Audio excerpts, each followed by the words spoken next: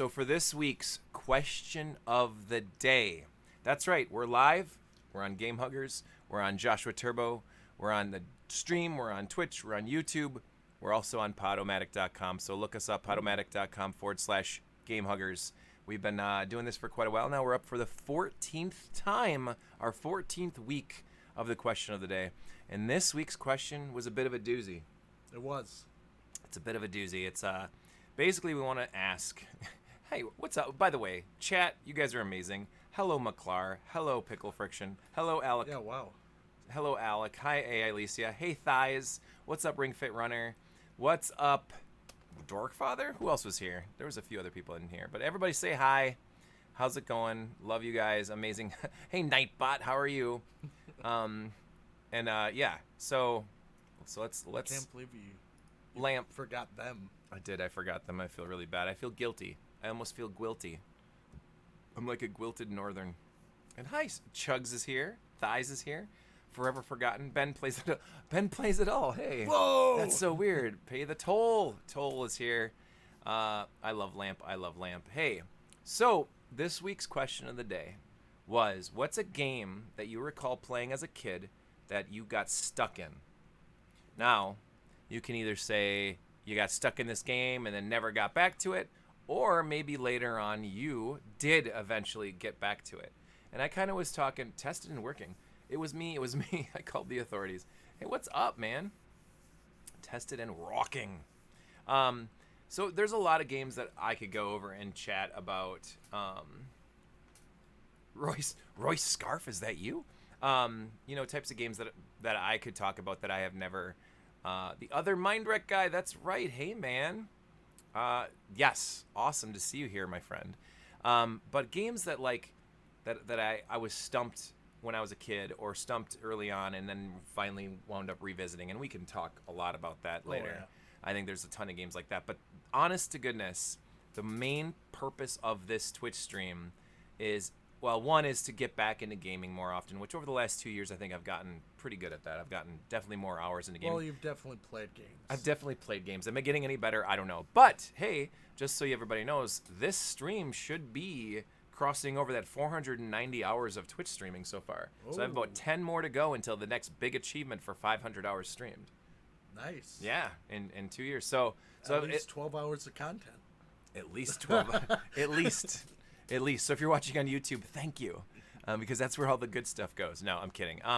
But like for real, this stream has gotten me to go back and revisit games that I was stuck on, back in the day. I would love to do a marathon stream or a 10-hour stream like that. But the thing is usually by like hours 3 or 4, I'm like, how can someone do this every day for 4 hours? Well, I am a coward. It's true, because I don't.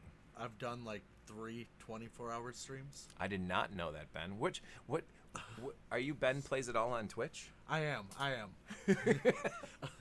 The jury came back guilty. I am Ben Plays It All. He is. But sorry for promoting my own channel. But no, I did some 24-hour streams. I didn't know that. And I would not want to do it like all the time. Yeah. It's exhausting. Yeah. I did a Phasmophobia 24 hours. Holy shit. And by hour 18, I didn't think I could keep going. So, how do you do that though? Do you take breaks? Do you just sit and chill and play a game for that long? Well, you take, like 10,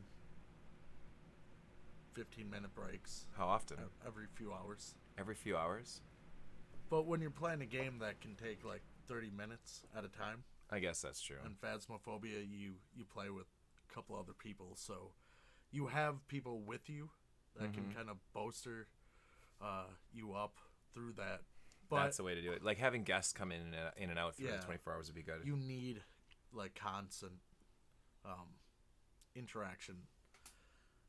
But no, I think I've done well over 12 hours a lot, and those are easy. I think the most I've ever done. I think I came close to 5 once, and I was like, my butt hurts. I can't just sit here. Luckily I have this awesome, standing and sitting desk and stuff, so I can do all that stuff. But like, yeah, You could do where you splice in other content too. That's true. Like you make a sandwich. Oh. Making sandwiches. Making sandwiches. Like like a sandwich break. if you will. Between the buns. We can call it Between the Buns. Oh, we could call it Between the Buns. That'd be a talk show. I think something like what Dorkfather does in his stream, with a talk show aspect, I would want to do something where I switch between that and this. McClar keeps saying I need a giant beanbag chair. It's true. I probably do just need a big giant beanbag chair, and I can just sit and like, oh, I'm so happy. You know they make sofas now? I know. Beanbag sofas. They're only like $2,500. They're amazing. Yeah. Christmas gift. Thanks. Oh, good idea. Good idea. So, anyway, if you remember what we were just talking about, the question of the day. I don't know how we got in this. This is going to become an episode of Pro Wrestling Off Topic without any wrestling. Professional gaming off topic. Perhaps the giant beanbag chair would be perfect for Joshua Turbo's ultimate gaming setup. Aw, thanks, Alicia. Yeah, with everything collecting dust. Yeah, thanks, Alicia, for that one too.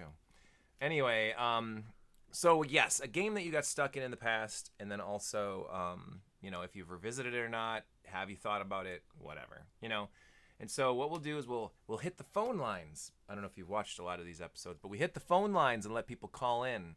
And then they give us their ideas. We contemplate their discussions. We chat back at them. The chat gets involved. The cat gets involved. The rat gets involved. Everybody starts getting involved, and it gets exciting and fun. Bat definitely gets involved. The bat. If there's a bat in here, I swear to God. So where I lived before, Under a bridge. with Jason. No, good. I woke up one day and there was a bat circling me. There's a bat circling me in my room. Oh my God. And I had to go get Jason to help find this thing. And I peered in the blinds, right? Peered in the blinds and it stared back at me. And I don't know who was more afraid, me or the bat, but we just froze for a good 5 minutes just staring at each other. Luckily we caught him and let him loose outside and it was all good. But oh my goodness. That's so funny. Golly gee willikers, Batman. Golly gee willikers. All right. So we'll just go right down the phone lines here. And the way that I do it, Ben, and I apologize because I didn't really think too far ahead. I just listen to it on my headphones. Oh, that's good. But that's okay because it's turned up pretty loud and you should be able to hear it. Okay. So we'll just both be very quiet. Otherwise, I'll just be like, oh, that was a great one. Yeah. You should be fine. I'm not going to put them on either. I'll just leave them down here because it resonates. Good sound. Yeah. You'll see. What kind of headphones are those? Just some $7 Walmart ones. Oh, wow. They actually really up their great value brand. Great value microphones. They're really great value. All right. Let me double check to make sure the audio's loud enough here. It should be fine. Okay. All right, you ready? We'll hit the phone lines first. Our good friend, the glorious Bernie, is calling us in. So straight up, Josh, that is really, really easy. Can you hear? I got stuck in it. I didn't give up on it, but I did get stuck on it. And it was Dragon Warrior 2. Ooh. And you got to think, this is before the time of the internet and all that Turning stuff, this up. where you could just bring up a map. Nah, motherfuckers, you just got straight up fucking lost in that game. They let you loose with no direction. That was probably the easiest RPG of the time to just get totally lost in. And I can remember putting it down for a couple of weeks and coming back to it and really not remembering what the fuck I was supposed to be doing. And the game was so vast, you would literally sail around on your ship. I wasted days before just trying to figure out where the fuck I was supposed to go or what I was supposed to do because it was that open and that vast. And I never gave up on it. But I had a hard time going back to it because of that. The difficulty of that game is outrageous, especially when you get to Roan Road, the cave, the leading to Roan Road, and then Roan Cave with all those goddamn pits in it. It was just unnecessarily evil. But it was such a rewarding game when you did finally beat it. But it is the only Dragon Warrior game that I played through one time. I have picked it up a couple times, tried to play it, and I just can't get into part 2 as much as I got into 1 or part 3. I played through part 3 several times. I've played through 1 several times.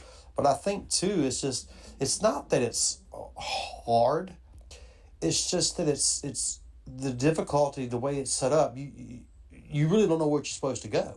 You don't know what you're supposed to do. You get these vague hints, but you have no direction. And with the game being so fucking big, they went from part one, which you had no ship, and you could pretty much beat the game in under 10 hours. It was so small, to this vast world. It was like, holy shit. And I guess they just didn't realize maybe we need to put a better map in this, some better sense of direction in this. Not hold your hand like they fucking do nowadays where everything's lit up and all you gotta do is follow the goddamn arrow. No, I'm not asking for that. All I'm saying is the game was so hard because it was just so vast.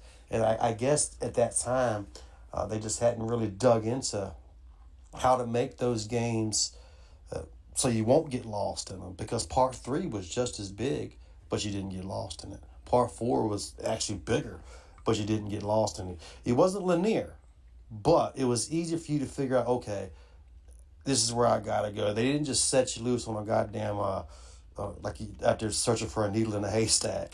And that was probably my biggest gripe with 2, because I really did love the way it was set up with the multiple enemies and the way you could, like, some enemies would duplicate themselves. So you could, like, not kill one of them, and they keep calling for help, and you can really level up that way. I loved the grinding experience, but the map of Dragon Warrior 2 was just so big with no direction that I literally almost gave up on it a couple times. I know I'm a little winded on this one. You'll probably edit it.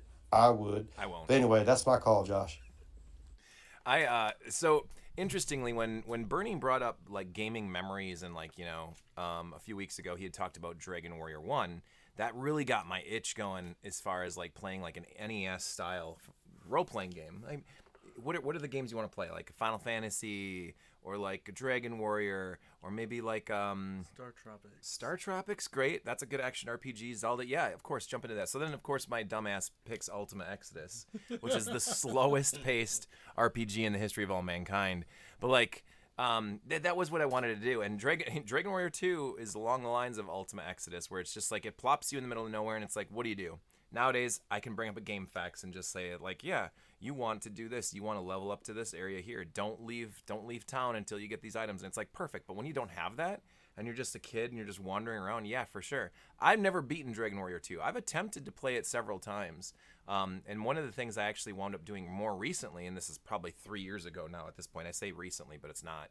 Is there was these remakes of them for other systems, like the Game Boy Advance, I think or the Game Boy Color got a Dragon Warrior 2, and also they did Dragon Warrior 1 and 2 on the Super Nintendo. That were both sped up versions of the originals. So like when you fought like 6 or 7 guys, you went up a level instead of fighting 20 or 30 guys. So like it sped up the game, less grinding, a quicker style of game to it, but like it is still an open world where you're just like, where the hell do you go?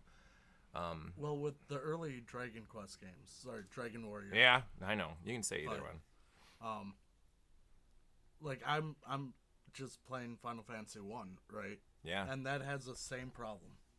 They tell you, "Oh, you have to go to this cave," and then you find out it's a hole in the ground. How is that a cave? Yeah, I know, right? Like, why didn't they say there's a giant hole in the ground over here? But the way Final Fantasy is set up is you have to go to a dungeon, explore the whole thing, and then one person will be like, "Oh, by the way, this item that you need is somewhere else." Yeah. You know, your princess is in your item is in another dungeon. Like, so then you have to go back, do that, get the item, come back. So that's how and they you're just lost. Yeah. elongated the game. But then to upgrade your classes, nobody talks about it unless you get to a certain point. Yep. You have no idea how to get the airship, like, unless you've done it before and somebody else has told you. Like, those early Nintendo games are notorious for just getting you stuck really early on, and then you just put it down. And then you should buy a subscription you to need Nintendo. a prescription. You need a prescription for Nintendo Power. You definitely need a prescription after that whole depression. Take a pill. Take some pills. We call this Nintendo Power. You have PTSD now. So, like, when you would get Dragon Warrior 2 or Dragon Warrior 1 or whatever, you'd get these strategy guides that you could also purchase, and that a lot of times those older games, you needed to have those. And that was actually something that started in the old Atari years too, where they had like special hints or 1-800 numbers where you could call to get like ideas on where you're supposed to go in like Atari, like SeaQuest or was it StarQuest, and they did like all those different games where the only way to like figure out the puzzle was to like have some sort of a cheat sheet or some sort of a guide that they gave to you. Power. Or Nintendo Power, Like exactly. Castlevania 2. Castlevania 2, exactly. That was the big one for Nintendo Power. And then like yeah, so Dragon Warrior 2 had a guide that Nintendo Power made. There was a whole bunch of different games that were just like that you needed some sort of guide or like a cheat. I have several like old they're not even picture books, but they're like how to win at games or like how to win at Nintendo games, and it's like half the book would be like Dragon Warrior and the other half would be Zelda, and you're just reading through it and you're like, "Oh, that's what I'm supposed to do in this dungeon." There's a game that came out on the Super Nintendo, and it's not a well-known game, but the marketing for it was like, this game's gross. It's called Earthbound. I don't so know. gross. Maybe you've heard of it. But I don't know. when the game came out, it was this giant box, and it was expensive Huge as box. hell. But it came with the strategy guide in Yep. the game. Yep. And I wish more games did that. Right. Instead of these collector's editions with statues and all that, Yeah. why don't you have one with the strategy guide built in? Like, if I know Zelda Tears of the Kingdom, the strategy guide is coming out, Yeah. but what if they waited and like had a bundle thing?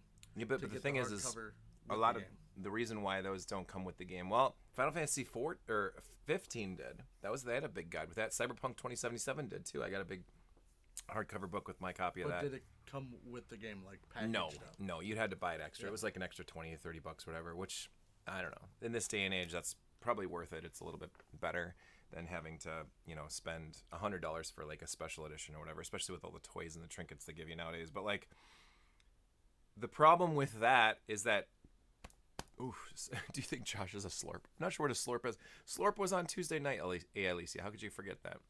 My brother traded in his Earthbound over Switch House for a complete copy of Chrono Trigger, and the other guy never sent his game, and then Switch House went under. Oh my God, Rough. that is a no-go. Not good enough. That is a no good enough Hey, for me. can I talk to your brother about another game? Wow. I got a complete copy of GoldenEye that I'll trade. Oh yeah, sure. There you go, and he'll never send it.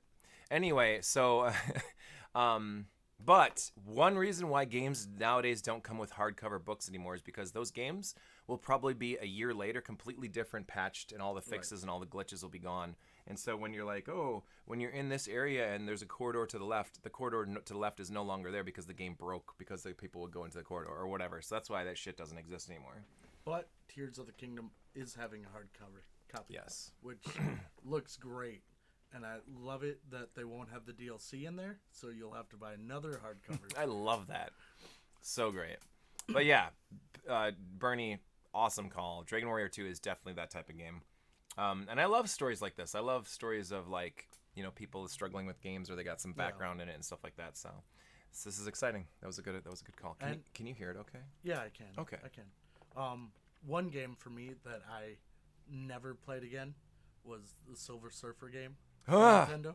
And that Xavier Michaels, he constantly requests that and Fester's Quest for me to play, and those are both miserable games. Yeah, but at least you can get through Fester's Quest. I can't. I mean, you can probably more so than you can get through Silver Surfer, but Silver Surfer is awful and broken and just terrible. Fester's Quest is also very broken. It's like they just It's horrible. it's but horrible.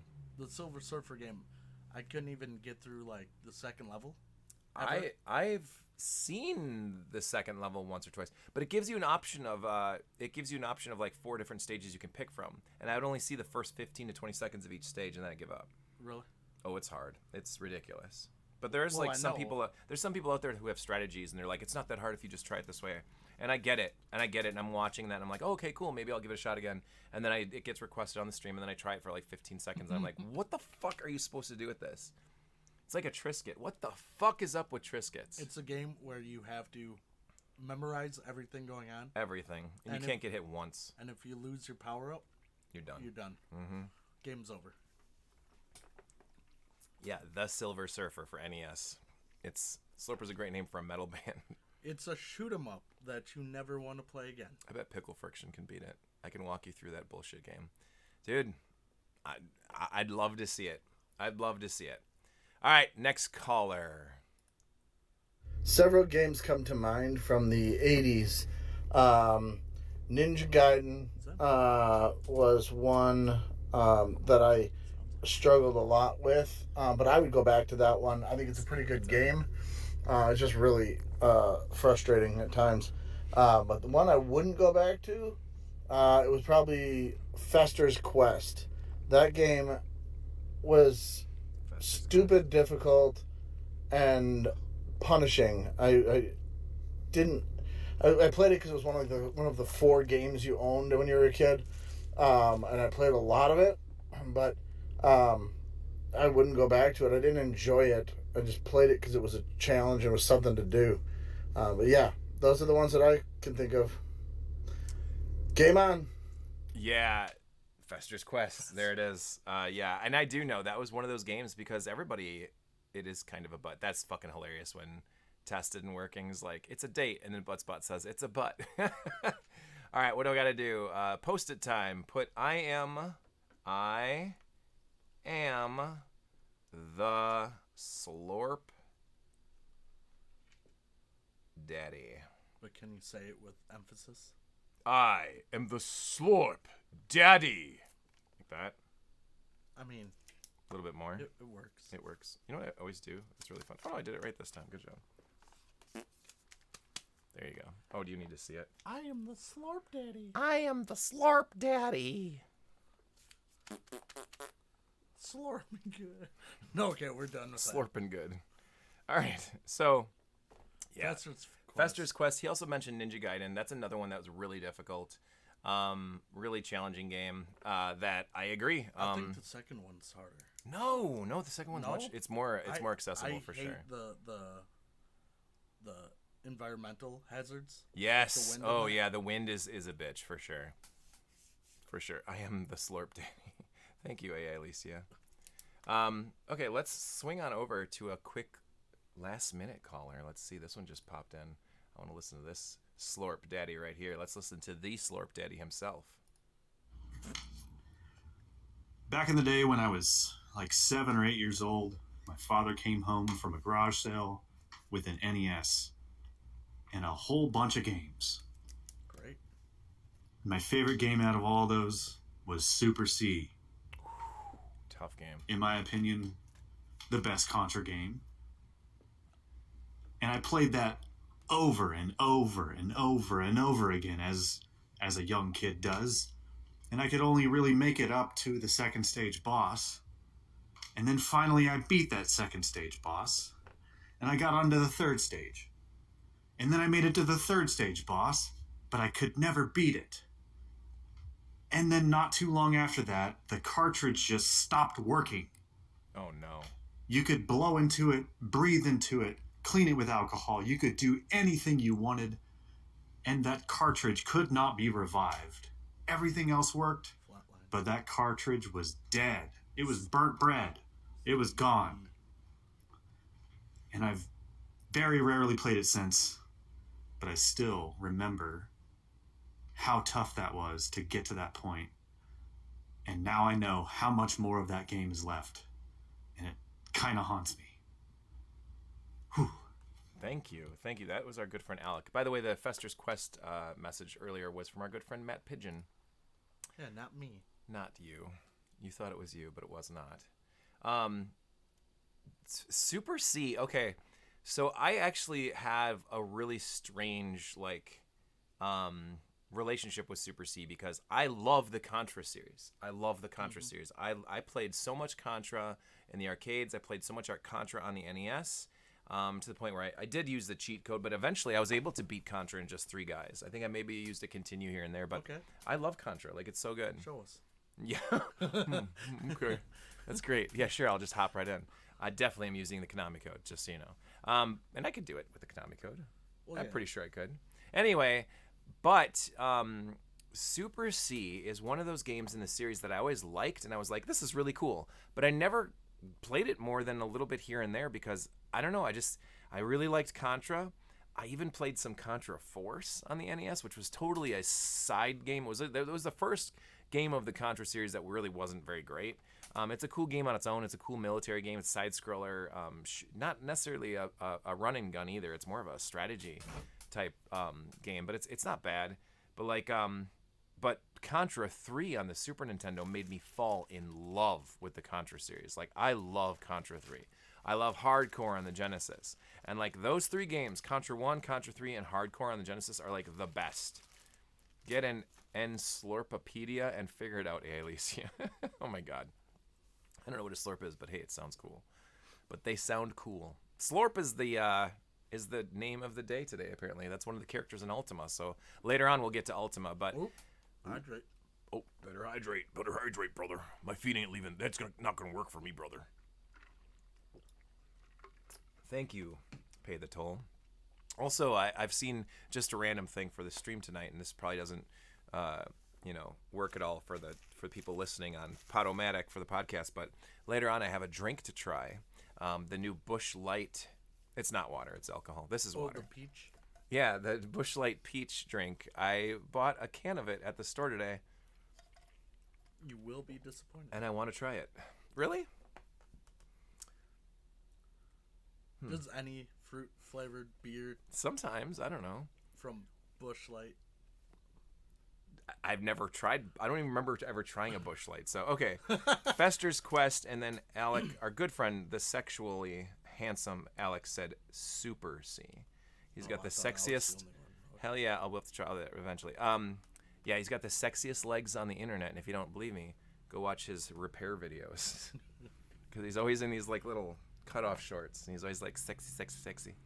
Anyway, sorry to call you out, Alec. Was that me? Is that you? Was that you? Was that me? It actually wasn't. Oh, jeez. All right, next caller. Oh, and this might be a problem-ish child, because usually our good friend Dragon Master Dan, his audios are a little quiet, so let's listen real closely. And this question is about, what game did you get stuck on and never go back to, and would you go back and play it? Well, there have been quite a few games over the years that I got stuck on. As a kid, I always had problems beating Ghosts and Goblins and Ninja Gaiden 2, and even the original Teenage Mutant Ninja Turtles for NES. AC/DC. And those were all games I went back, played, and beat. Another one is Friday the 13th. But there is a game that I had as a kid and tried to beat, and the game is so aggravating that I never want to play that mother game again. And that game is Bart versus the Space Mutants. Oh, yeah. And the reason is it Bart has versus the Space absolutely Mutants. terrible collision detection. The game itself is not fun at all. I have tried playing the Genesis version, which is not the NES original that I had as a kid, and I still don't find the game enjoyable enough for me to want to go back and complete it. And for some context, with games like the original Teenage Mutant Ninja Turtles, a lot of people give it a reputation as being a bad game. It's not. And it certainly isn't. It's actually a very good game relative to most of the games of the 8-bit era. It's just a game that's a little bit more difficult and not nearly as fun as the beat-em-ups and the Konami arcade beat-em-up that a lot of people were thinking of when they bought that game back in 1989 that was eventually ported to the NES. But Bart versus the Space Mutants? Absolutely not. I don't want to go back and play it. I don't want to think about that game. It sucks. The control sucks. The game sucks. And the whole reason I wanted it as a kid was due to the fact that it had the Simpsons license on it. Exactly. So his mention was Bart versus the Space Mutants. That wasn't you. No, it almost was you. I actually think Ninja Turtles for the NES is not terrible at all. I think it's a fine game. Except for the one jump in the sewers. There is a bad jump. There's a bad couple jumps. There's a couple rotten spots for sure. But in terms of what year it came out and the games that were around the same time as it, it's not a bad game at all. It's fun. You think about licensed games. Okay, have you ever played Who Framed Roger Rabbit on the NES? Mm-hmm. Have you ever played Dick Tracy on the NES? Have you ever played Ghostbusters on the NES? Put all those games up against Ninja Turtles. Ninja Turtles is by far the best game. By far. I think Ninja Turtles 1 on the NES is actually a pretty good game. Now, yes, the last time I tried playing it on this stream, I got stuck in the Have you played Batman? Batman's a fucking amazing game. Yeah. That's an amazing game. So I know why you took it off the list. We had like 2 games. Yeah, I wouldn't say Batman. No, Batman's way better. You're like licensed games. Yeah, And you Batman's name, like 5 good ones, and you're like, oh yeah, Turtles ain't that good. Okay, no, I said it the other way though. Hey. I said Ninja Turtles is better than those games. But like for real, Batman's the best licensed maybe video game ever made. It's one of my favorite NES games. Period. Dick Tracy, I actually got for Christmas, so I was like really stoked to Whoa. play that. Who hated you? Oh, my parents, they hated me. But like I sat down. That was actually a Vic Tokai game, I believe, or something. But like I tried really hard to get into that game, and man, we spent so much time on it. That's one where you get the clues to arrest Yes, people. you do, and you have to drive the car around town, and Well, everyone's shooting at you. And everything's killing you. Yeah, it's so hard. It's not good. It's not good at all. It's like way too hard. It looked good in the book and in the game. You know, you look in the back of the box and stuff, and it's like, wow, that's really cool. Why did Nintendo Power give it a 1 out of 5? Like, the movie was. I love the movie. oh, the movie's amazing. I Yeah, love the movie. yeah, Warren Beatty, right? Yeah. Do you know there's a fun fact about Dick Tracy. Did you know Warren Beatty owns the rights to the film versions of Dick Tracy? Yes. And so no other film company can make new Dick Tracy movies because they've actually attempted to make a reboot of Dick Tracy, but Warren Beatty won't allow it until he dies. Yep. So Warren Beatty makes these homemade Dick Tracy movies Just to keep the. to keep the license, trademark. and no one has ever seen any of them. Look it up on YouTube. It's bizarre. There's weird little home movie versions of Dick Tracy 2, 3, 4, 5 sequels that no one ever sees, and all he has to do is keep making these stupid little movies with him in Every a few yellow years. him in a yellow trench coat with a hat. Why he doesn't just make a real legit Dick Tracy movie, I have no fucking idea. But the whole story is bizarre Because that costs money. because it costs money, I guess. But still, like, if Tommy Wiseau can make a movie, why not Warren What? Beatty? Well, wasn't it he got the rights and he was so mad at the director Yes. that he was like, no, nobody's making a Yeah. sequel to this. Yep. I think what they had initially wanted to was a few years ago they did want to reboot it, and they didn't want him to be involved in it in any way. He's like, no, I own the rights to it, just like Sony owns the Well, I rights mean, to like, Spider-Man. Back in the day when he initially got it, Maybe. he was like, kind of like, no, you're gonna destroy this. Stop. Yeah. Yeah. And now it's more And now or it's less just like, it's gone. mine. It's not yours. It's mine. his. It's his. It's so weird. It's no nachos. It's it's My so weird. shows. It's my show.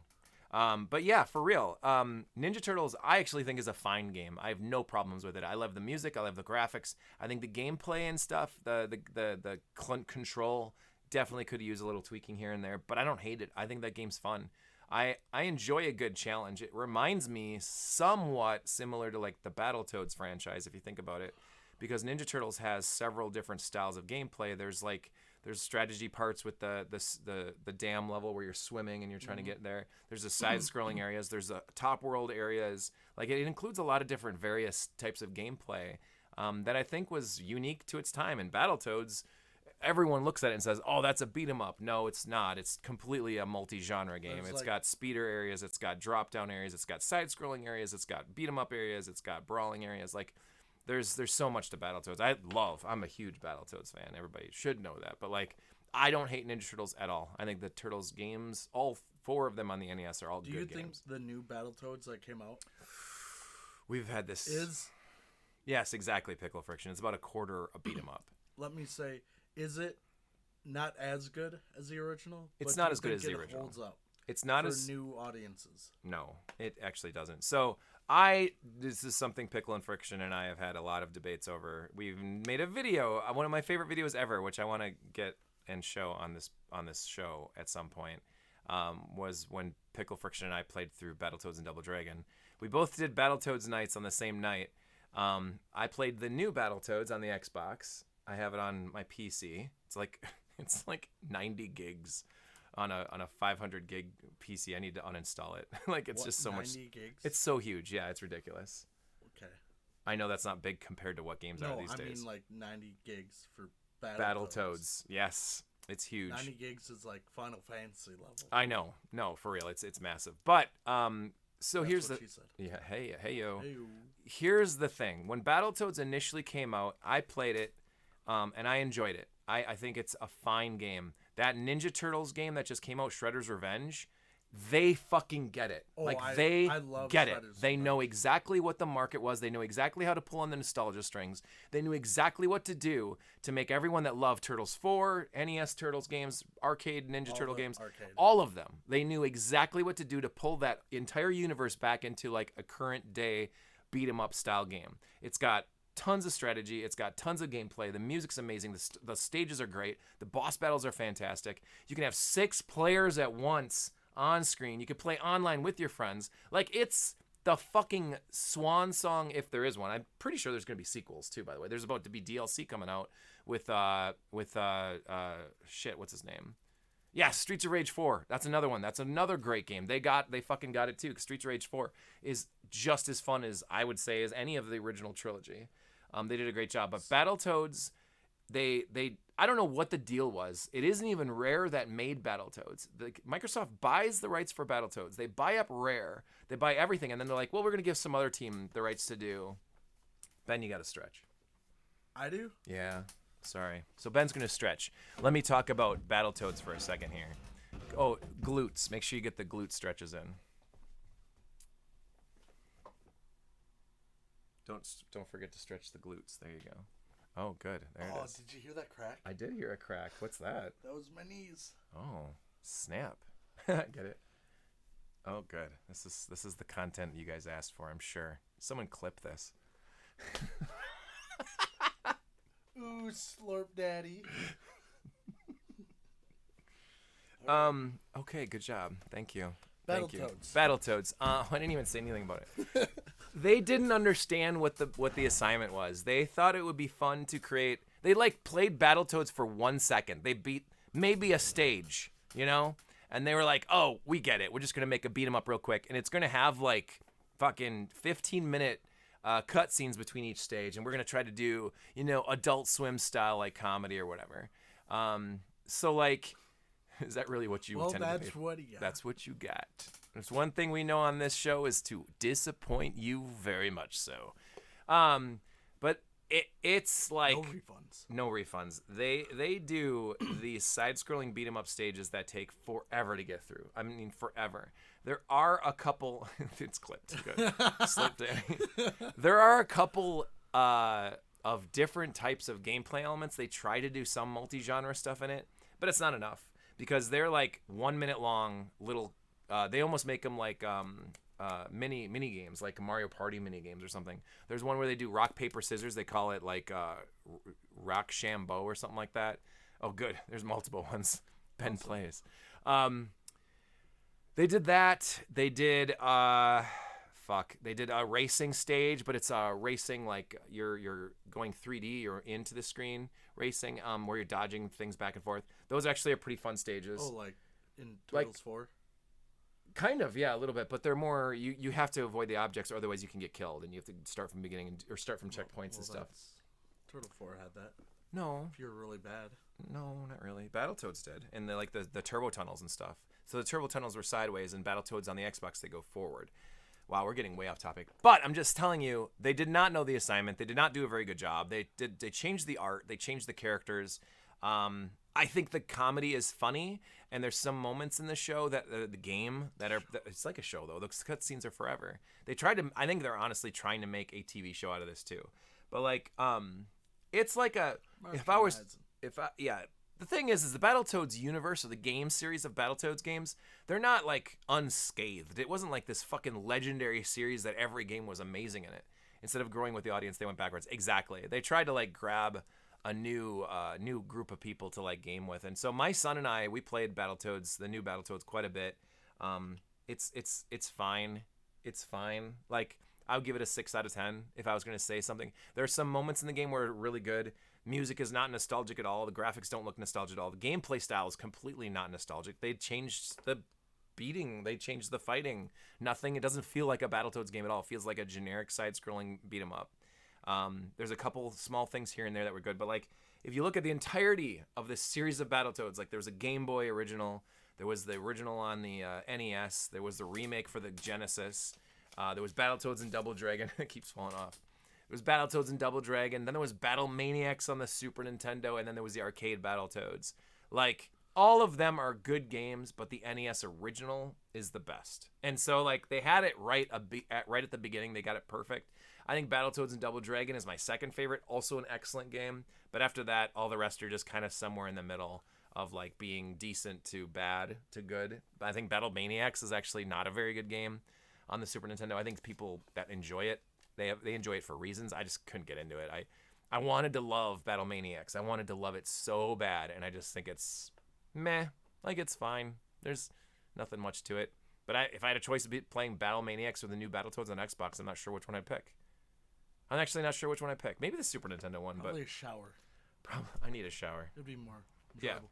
But speaking of Shredder's Revenge, Yes. going back to that. What did we talk about here? We were talking about Super C. Is that what Alex said? Oh, no. No. Was that what Alex started with? What was the last thing we talked about? Was it Alex's message? It that was we just... Bart and the Mutant. Oh, yeah. Yeah. Holy shit, we didn't even talk about that. It's a terrible game.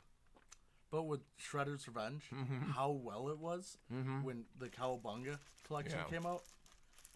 Like The timing is perfect. Like right now you can play... Konami is coming back in full force. Well, Konami didn't do Shredder's Revenge. No, but they came out with the Cowabungas. True. Yeah. And they're doing a Metal Gear one now. They're remaking Snake Eater. Yep. They're coming out with 4 or 5 Silent Hill games. Yeah. One of them's an interactive, like Twitch Plays style Silent Hill.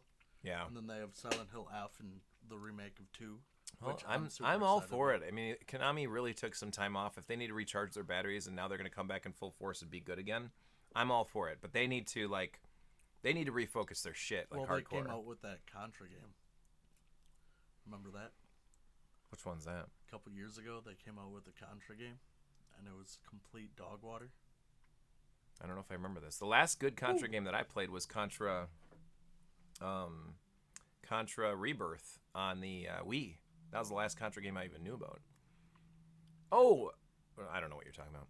Anyway, I try to avoid most of that stuff. It's too. But what Dan had mentioned here, so going all the way back, Bart versus the Space Mutants. I remember everyone talking about that game and just they were like, "Oh, it's the new Simpsons game or whatever." And I remember the Simpsons game in the arcades that Konami did, a fucking amazing side-scrolling beat 'em up, wonderful game. And here on the NES, Dorkfather's joining. Ben is becoming a regular celebrity. He sure is.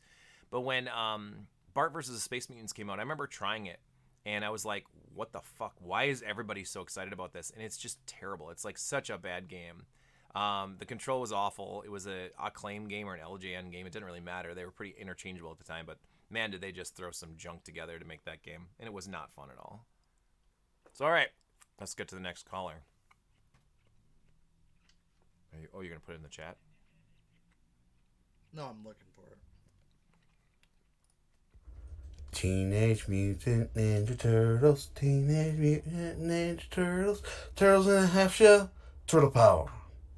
Yeah, so that Ninja Turtles game for the Nintendo, that caused me lots of frustration trying to beat that C-bomb level. I would always hit those stupid electric eel things. I know they're not eels, seaweed. And it would just kill me over and over and over. It was the worst. End of story. Is that me? No, that wasn't you. We'll get to you. I don't understand the hate for Ninja Turtles. I don't get it. I'm gonna play it on the stream. I'm gonna do it. That's gonna be. I don't think it's hate. I think it's just that's a game You guys they're suck. frustrated with. Yeah, oh, okay. All right, fine. That was the question. What's a game that you got stuck in? Yeah, they didn't say like what game. No, did you God's hate. Fire says he hates it. He thinks it's a terrible game. You're wrong. He also has a train next to him. He does have a choo-choo train. I went to Chuck E. Cheese for my friend's 21st birthday like 15 years ago, and they had both the Simpsons arcade and TMNT arcade. That's the bomb. Those are two amazing games next to me. It's next to back to back. So Pickle Friction, They need to remake Simpsons Arcade. they actually should. That'd be really fun. That'd be really on the fun. Switch. They could do it just like the way they did Shredder's Revenge. Yeah. And then Konami could be like, here's the Simpsons collection, which is just their one game. It could be all the ports, I guess. But yes, Pickle Friction, you said it's the best TMNT is on NES as the original. So, I've felt that same way for the longest time, but here's why. And I'm saying it like this. Because I do think TMNT 2 and 3 are technically better games. They have better, I think, better soundtracks, better graphics, probably even better play control because they're. But the thing is that style of game, which is a beat 'em up, side-scrolling beat 'em up on the 8-bit system, you're limited. You're restricted on what you can do. And I honestly do think that if you're playing TMNT 2 by yourself, one player going through it, it's pretty boring. It's hard in a lot of areas for sure, but it actually gets really boring. And I would just sit there and be like, God, I'm just getting so bored with this. What is that? Apples and Buttabutts? Buttabutts? 3 is sick. Turtles 3 has a lot more originality to it. It has a lot. It's an original game. It does not based on anything else, so you know it's like all original content. It also, I think Turtles 3 is like a response to Battletoads in ways because they had added a lot of animations and they have added a lot of like strategy to the game. So instead of just like holding to the right and just beating everything up, like you actually do have to jump over pits and you have to jump. There's like some areas where you have to like, avoid things like crunch down on you and your little turtle turns into like a little animated like squish down turtle, just like in Battletoads. Like Turtles 3 is the better game out of 2 and 3 in my opinion. It also has a sick soundtrack. But Turtles 1, like we had mentioned before, I think has the most variety. And I think if I had to pick my favorites, I'd probably go 1, 3, and 2. Thing is they're all great games. Like it's a trilogy of amazing games. And then the Tournament Fighters game I would consider the 4th best. And Tournament Fighters is good on the NES. The Super Nintendo one is a magnificent fighting game. Like it's so freaking good, and that's a big perk. Cowabunga it's a big perk of the Cowabunga collection. But can I say everyone talks about the 4 games, Turtles 1, 2, 3, and 4, Turtles in Time. Yes, yep. Nobody brings up the Manhattan Project. That is 3. Only on Genesis. You're thinking of the other one. It's something else. It's called something else. What's the No, Genesis was the Manhattan Project. No, that's the 3rd one. It's Turtles 2, the arcade game, Turtles 3, the Manhattan Project, then Turtles 4, Turtles in Time or whatever. Well, yeah, but the Genesis one is called something else. Pickle Friction. What's the Genesis Turtles game called? The Hyperstone Heist. Okay. Nobody talks about it. Okay. I remember. People talk about it if you're in the right circles, but the Hyperstone Heist is a pretty good game. But I think anybody that says Genesis fanboys will say this. They'll say it's better than the Super Nintendo one. I think you're crazy. I love the Hyperstone Heist. It's a very fun game to play through, for sure. But it is like a very, very quick and cheap copy of the best parts of Turtles 4. Also, did you know Tournament Fighters on Genesis has different characters? Oh, it sure does, and it's probably the worst fighting game ever made. It's awful. It's bad. It's bad. I like Hyperstone Heist. It is really fun, but it is short. It's super, super quick. And having played Turtles 4 first, when I saw Hyperstone Heist, I was like, this is great. And I played through it, and I'm like, yeah, it's pretty neat, but it's kind of just... Well, all the audience for Genesis, they have Sonic. They can't keep their attention span longer than 5 seconds. Whoa. Unlike the Nintendo people who've been playing Final Fantasy and Chrono Trigger forever. Oh, we played Earthbound because it takes us 30 hours to play through it, whereas they play Sonic, it takes 1 hour to beat. Oh. Nah, they got Phantasy Star. Phantasy Star 4. That game takes 30-some hours. No one's played that. No one's playing that. All right, Actually, Phantasy Star Online 2 is really good. Yeah, fuck yeah, it is. Oh, yeah. Phantasy Star 2. I actually like 4 the best. Better late than never, Dork Father. Hey, Cupcake, how's it going, guys? We're talking, we have a lot of calls to get through. This is going to be the longest episode. 1 hour of fun is better than a 30-hour nap. I think you missed one. Oh, I did. All right, let's get to the next caller. Oh, hello, everybody. Woohoo! This is the question of the week, of the day, of the week, of the month, of the year. And it's today, the day of our Lord and Savior, Squish'ems. The game that I got stuck on and I never could beat is Pong. I could never beat that game. I don't.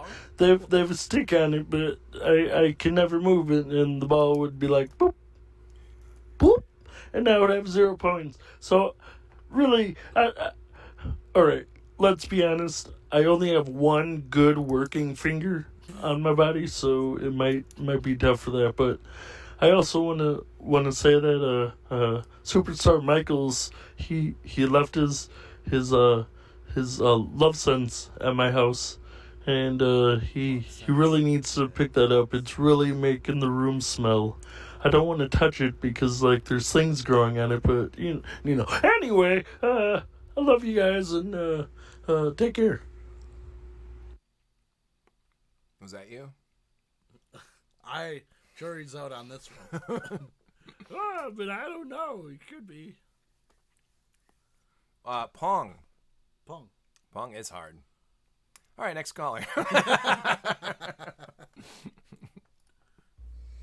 Hey guys, Anonymous here. Josh reached out and asked if there was any game from my youth that I got stuck in or gave up on, and if I would ever want to go back to it or did go back to it. Well, here's my story of a game that came out in 1987, September 1987, and Easter of 1988. I was a young 9-year-old owl, and my grandmother got me an Easter basket that was just stuffed full of the candy I liked, Reese's Cups and whatnot. But in the middle of this glorious, beautiful basket was a copy of Mike Tyson's Punch-Out! I had been reading everything about this game and hearing about it from my friends, but I did not have a copy. You have to understand how expensive Nintendo games were back in the day. Probably equivalent to about, $100 game, buying a game today. Anyways, I get a copy on Easter. I locked myself in my room, basically, when I had guests over. I was being a bad guest, but I just wanted to play the heck out of this game, and I did. Well, I was able to figure it out pretty quickly, and got to a certain character where you have to knock his pants down to be able to beat him. You guys can probably guess what character or opponent I'm talking about. So I had to go to school the next day, and I asked a bunch of people, like, how the hell do you beat this guy? I just can't figure it out. And one of my friends let me borrow their copy of Nintendo Power, and I get to the part with King Hippo, and I realized you have to punch him when he opens his mouth. So I started watching more tells and learned all the tells of the boxers, and I did get all the way to Mike Tyson, but was never able to beat him as a kid. So recently, about 5 years ago, I wanted to see if I could beat Mike Tyson, and I practiced up and finally learned his patterns and taking him to the second round and eventually hammering him down there. So that's my my game that beat me, but I came back to game, Mike Tyson's Punch-Out!, one of my favorite Nintendo games. And yeah, thanks for listening to my story. So interestingly, that could be one that I technically never played all the way through. So there's passwords in Mike Tyson's Punch-Out!. Yes.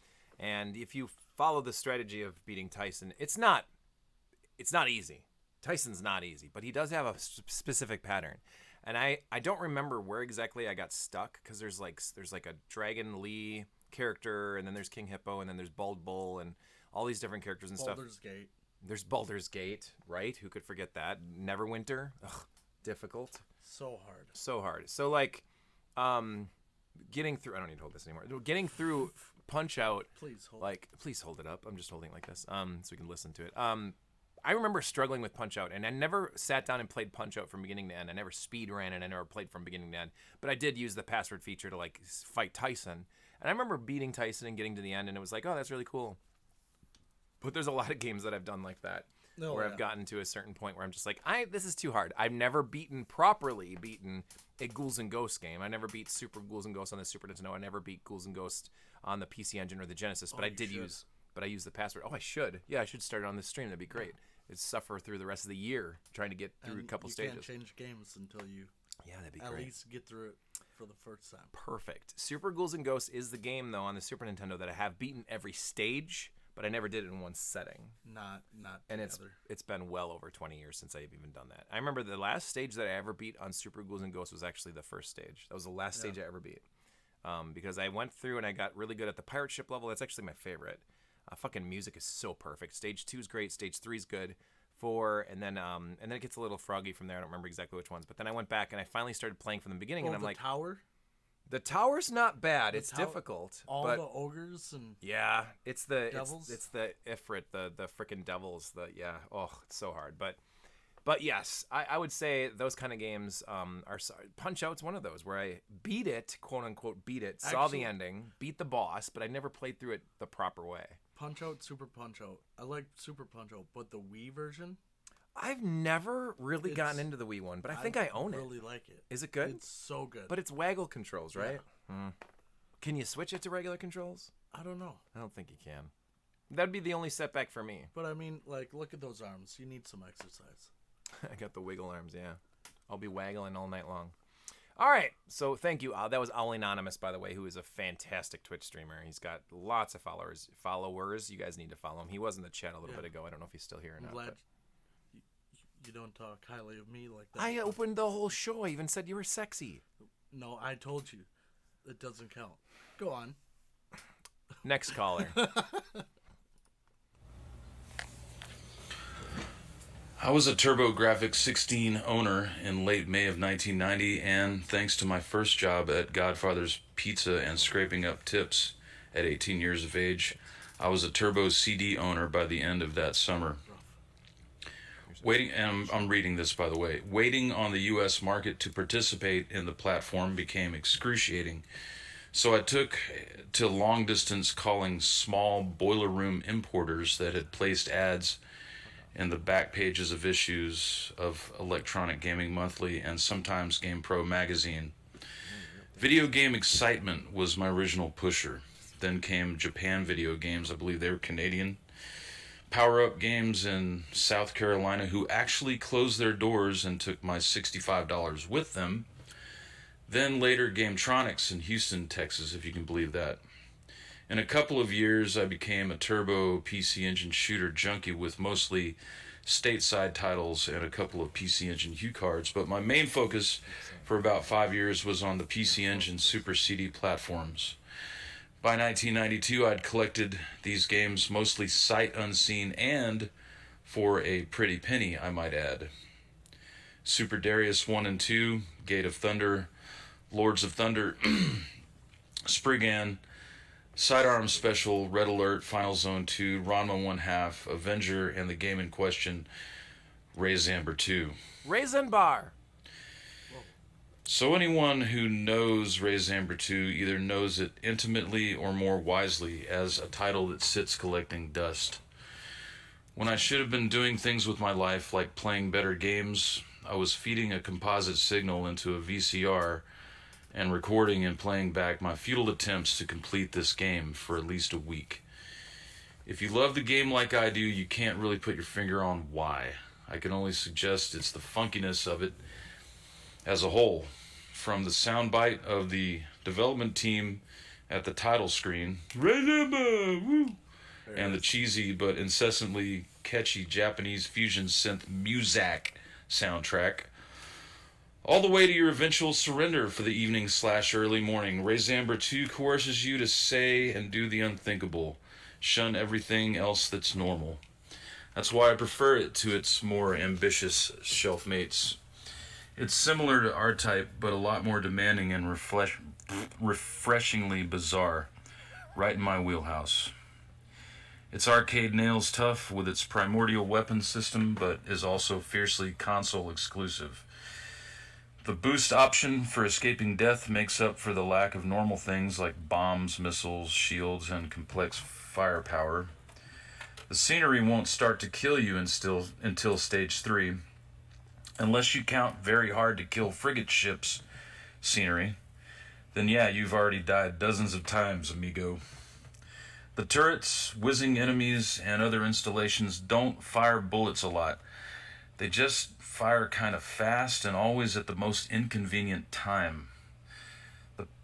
The game's passive aggressiveness is literally what makes it the most treacherous. Go figure. Oh, 2 words. Stage 4. For the uninitiated, it's all about cosmic mucus that can both doom and save you. The don't stare too long crystal phalluses. Surprise dragons and bats that have a curiously tight turning axis. And of course, the meatballs. If you persevere, you'll meet the 4th boss, the reason I paid retail for a brand new blank VHS tape. Yeah, my copy of Rayzamber 2 is long gone, but it's still making me pay, which is so Rayzamber 2. It's a losing proposition, and I have returned to sign more paperwork thanks to my Super Graphics and SSDS 3 by Terra Onion, Only because YouTube exists now. I don't need to tell you that back then there were no save states or emulators or ways to practice on my Turbo Express at work. I actually pleaded them to buy it back, but they could only offer about $25, which was roughly a third of what I paid for it new, and about $15 less than what I sold it for a few years ago. So, Ray Zamber 2, let's dance, old friend. You lead as usual. Thanks, Josh, for being our voice. Rest in peace, BT. Good night now. You know, I have to say that I love that he basically made a review. Yeah. And it took us through a story. I love these messages being like almost like entire anecdotes of like, here I was, you know. He took us on a beginning, middle, and end story. I think that was our good friend Nathan, by the way. I would love to jump in and play some Raisin Bar 2. You know, on the stream. I know I'm no good at it though, and there's so many PC Engine shoot 'em ups. So many. There's like almost 100 PC Engine shoot 'em ups out of a 600 game library. There's almost 100 shoot 'em ups, and so 600? Yep. Wow. In Japan. Okay. In the US we got 150. Well, 140 something, but with homebrew now we're about 150. So in Japan, I mean, PC Engine was the number 2 16-bit console. Like it was the genesis of Japan basically. So, Super Nintendo still rocked, but like weird question, but when we talk homebrew, what is the difference between just saying that it's a game for? Is it the licensing? You know, nowadays it's a little more blurred. The like lines aren't really now blurred. it's just an indie developer. Correct. Making a game. Yep. I mean, that is true. And so really, I mean, this is a game that's been released for the PC Engine or whatever. Yeah. But I guess in my head, when I think of a homebrew game versus an original game, if the lifespan of the TurboGrafx, for instance, was 89 or what in Japan, 87 to 95, that's the lifespan of the PC Engine. Anything that came out later on, that question brought up trauma, bro. This question is good. This whole question's been really good. Thank you, by the way. That was tested and working, by the way, Nathan. Fucking amazing message. I love when he submits responses because they're always so well thought out. But like, I always thought of it as a game. If it comes out well after, you know, a system's lifespan, that's considered homebrew. You know, so like I know the homebrew scene of the PC Engine pretty freaking tightly. Like I've any game I can get my hands on because that's my baby. My Turbo is the thing I love more than anything. I grab He has kids everything. too. I do have children. And the TurboGrafx comes first. The Turbo comes first, of course. But like, and they know that. My kids are fine with it. Well, they know where they. Seatbelt on the Turbo. Oh, you're fine. You're fine, kids. Just climb in the trunk. Anyway, so like, when the first game came out was Implode in 2002. That was like, oh my god, the Turbo's getting new games, and so like there was games that came out every couple of years after that, and you know, there's Aetherbyte that came out with a couple games. There's new HuCard games now. Billy's Bad Day came out. Atlantean came out before that. So we're getting new Turbo games here and there every year or so. We're getting another new game. FX Unit Yuki was one of the best, which was called Henshin Engine initially. There was a new game called Jesse Jaegers and the Pharaoh's Curse, or the Pharaoh's Curse? Curse of the Pharaoh? Ah, shit, I can't remember it now, but no relation. But fucking awesome game. Like, there's some really good new games. And for the Turbo that I guess I've always just considered indie or homebrew. Can we just, petition to be just homebrew games? Is indie? Just indie call it developers? indie games. I guess you could say indie developers because a lot of times too. Homebrew for me, it feels like somebody's just sitting there, just not putting in time and effort. But like if you say indie developer, it means more. It's more prestigious. And You people really who think make, so? And people who make games, they're not just like people, jotting down stuff. They're intelligent people. Yeah. Some games are complete horseshit, but okay, so would a homebrew game be something that's just available online, like a ROM for a game, and there's never physical, there's never anything? Okay. What about like people that do hacks and mods to games, like all the Mario clones and all the Mario hacks out there? I think that's just a mod. That's just mod. That's not homebrew. That's not. I think if it's a homebrew, it has to be original. Okay. It has to be So hacks and created mods are. from somebody. Keith Courage had a mod then that came out. Yeah. Kanyeezy. It was Kanyeezy and. That was Kanye West's 4th album. Yep. Yeah. One of his albums was called TurboGrafx, by the way. No, it's called Terrible Graphics. How dare you? You're about to be No. kicked off this show forever. But like a lot of the games that you show me, Yeah. where they're like, this just came out. It's a great game. Oh, sure. But Yeah. I would consider that an indie developer. Indie developed. Okay. Well, we can call indie developed. I guess came out- I've always I- said homebrew for so long that I didn't even think about that stuff. I I think just by people default do- was like it's a homebrew.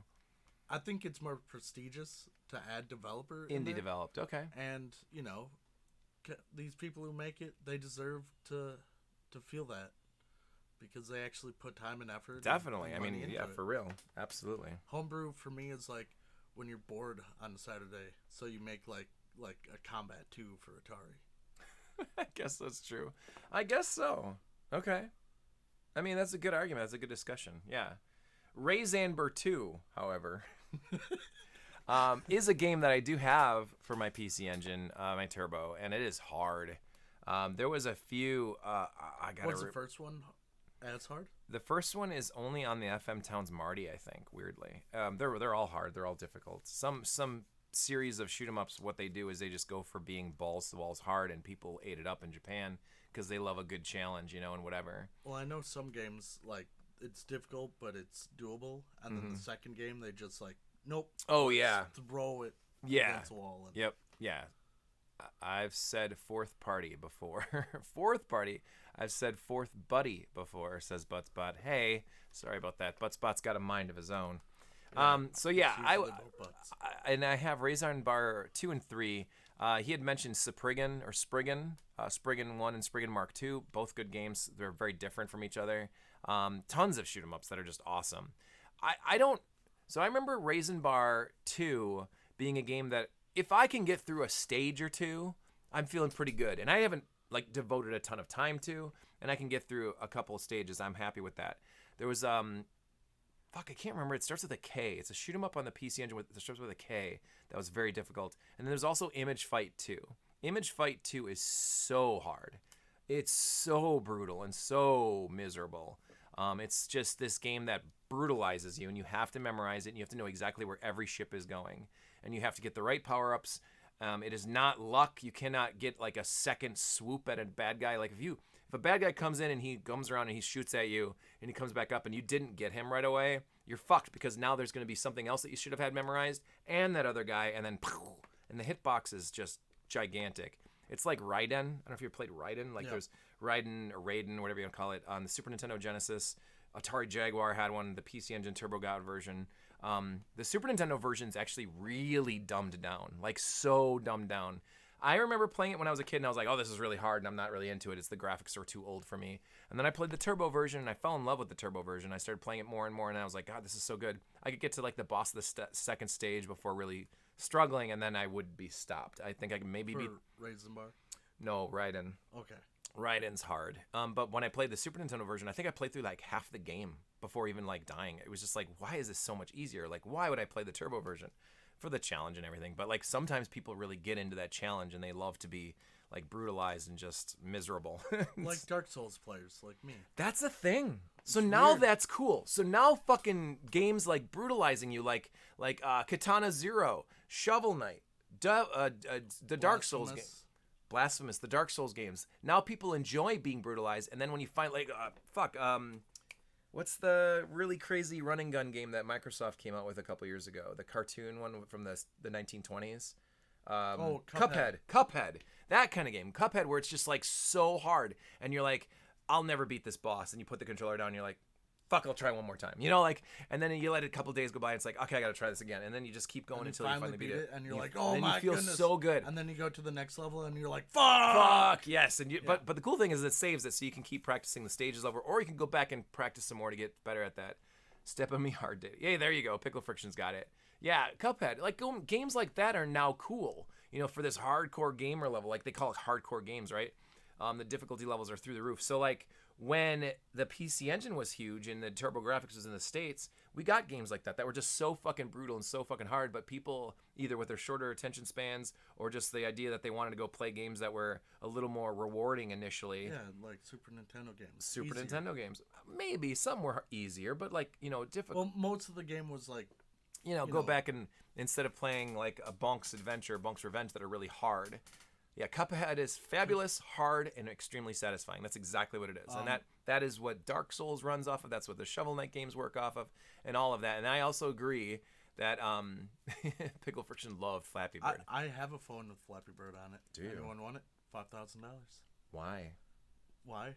Yeah. Why the price, or why do I have a phone with Flappy Bird? Why both? Why don't you start from the top? Because it's not. People spend way too much money on it. Wow.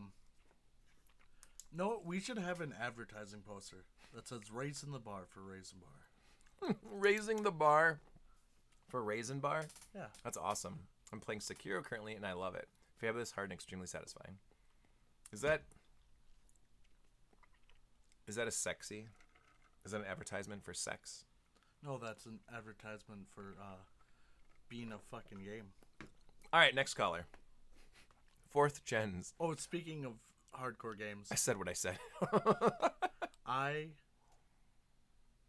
100% platinumed Elden Ring. Did you? 3 weeks after the game came out. Dude, that's amazing. I felt so satisfied. Never played it again. Never. Anyway, go on. Okay, right. All right, let's get to the next caller. I would like 1 sex, please. All right.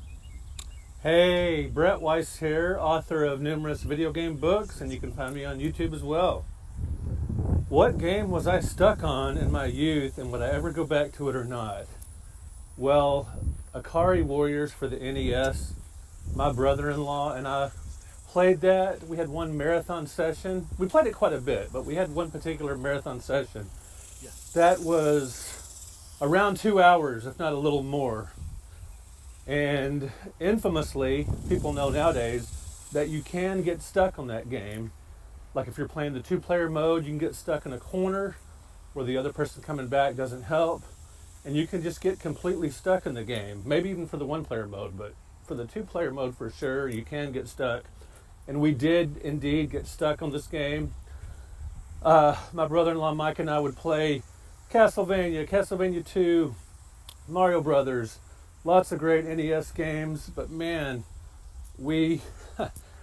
I don't think we tried another marathon session of Akari Warriors because that was frustrating to make it that far, but we probably played the game some more, but we had a lot of other titles to choose from. But yeah, Akari Warriors, I'd like to revisit it again someday, but man, maybe I'm not in a hurry. Thank you so much, Brett. That's true. The Akari Warriors is wonderful action running gun style games. The top view war style games. Matter of fact, in comparison to Akari Warriors, I remember playing Akari. Oh, there it is. What is that? Do you have it on YouTube? Oh, he's just showing off his skills. Achievements. Oh, achievements. Nice. Elden Ring. 1,000 out of 1,000. Wow, 100%. It's a big deal. I've That is never a pretty played big deal. Akari Warriors. Nerds. Anyway, I'm kidding. That's fucking amazing. Akari Warriors and that style of running gun style game, I have gotten into so many games like that, and maybe I need to do a run and gun game night, because like Mercs on the Genesis is one that I that'd be loved. fun. I love playing that. Bloody Wolf, like Ring Fit Runner, talked about when he had requested it one night, and we played through probably 75%ish of the game, and I got stuck. And like what I should do is play through Bloody Wolf again, but this time cheat a little bit and use some save states, because I was trying to hammer through it in one night. Okay, shut up, Ben. Anyway, so I can't do that. You can't use save states? No, I can't like play those games. Oh, it's very difficult. But like Bloody Wolf, Akari Warriors, Mercs, those kind of games. I played mostly the arcade though, because my brother had it. It's great. Has a really cool rotating joystick. Yes. Shock Troopers. Yes, Shock Troopers 1 and 2 on the Neo Geo. Great games. Like those style games. Neo Geo? Neo Geo. Yeah. But like, yeah, Akari Warriors was hard. There's an Akari Warriors, I think, on the 7800. That's the one I should grab and really try to play through that. That would be super fun. But I remember Akari 1 and 2. on the NES, and I think they just came out with Akari 3, and they actually called it Akari 3 on the NES. And I remember trying it, and like the sprites was really big, and the game just didn't play right, and it looked really goofy. But like, yeah, Akari Warriors is hard. There was another one that SNK did on the NES that was a war game. Oh, what was it? Where you can go into tanks and stuff. Yes, the slowdown does help you in those NES games. What was there? There was another NES game. I think it was something tank or something like that. I can't remember the name of it, but I really enjoyed that one too. A lot of those military style games were really fun, and you just run and gun and just run around mowing down piles of enemies, and it was just a blast. But like, yeah, no, Jackal's a Konami game. That's a freaking spectacular game. That would be one to put on the list of games to play soon.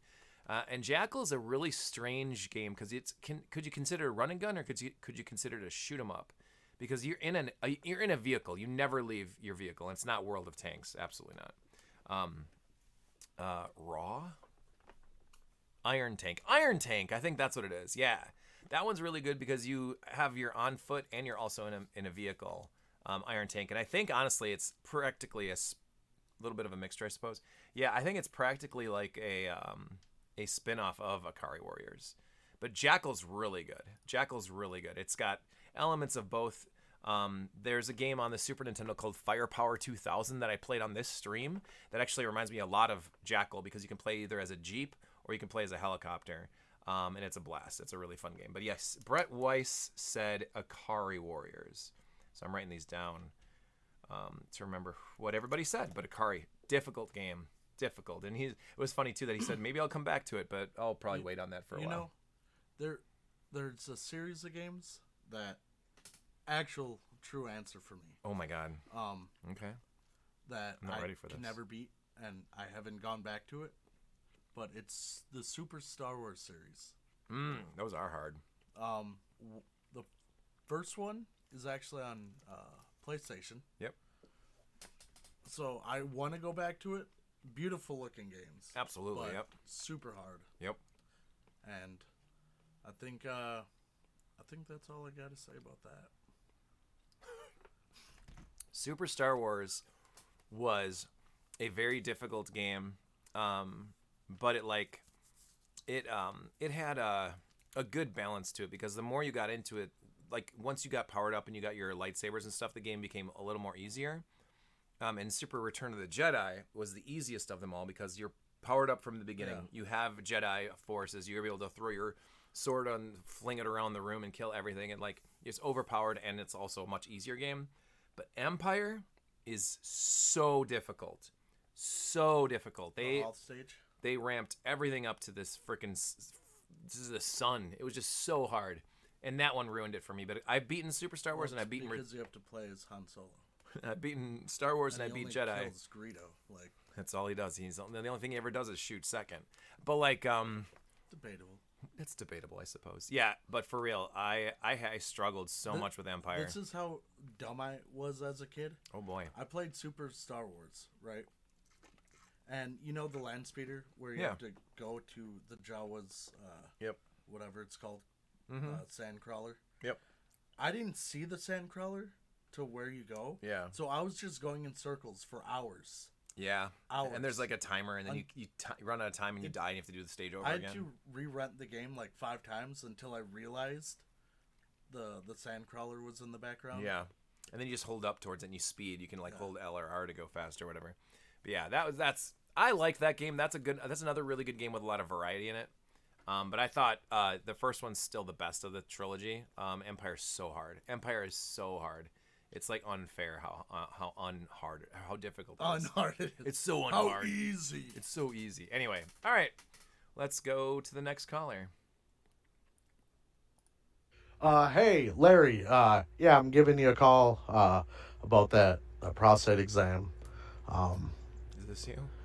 Yeah, I was just wondering how it went. I know it was enlarged for you, and Betsy said, every time she was doing stuff, like it hurt you, and it shouldn't hurt you, Janine over here gives great massages, so I don't know.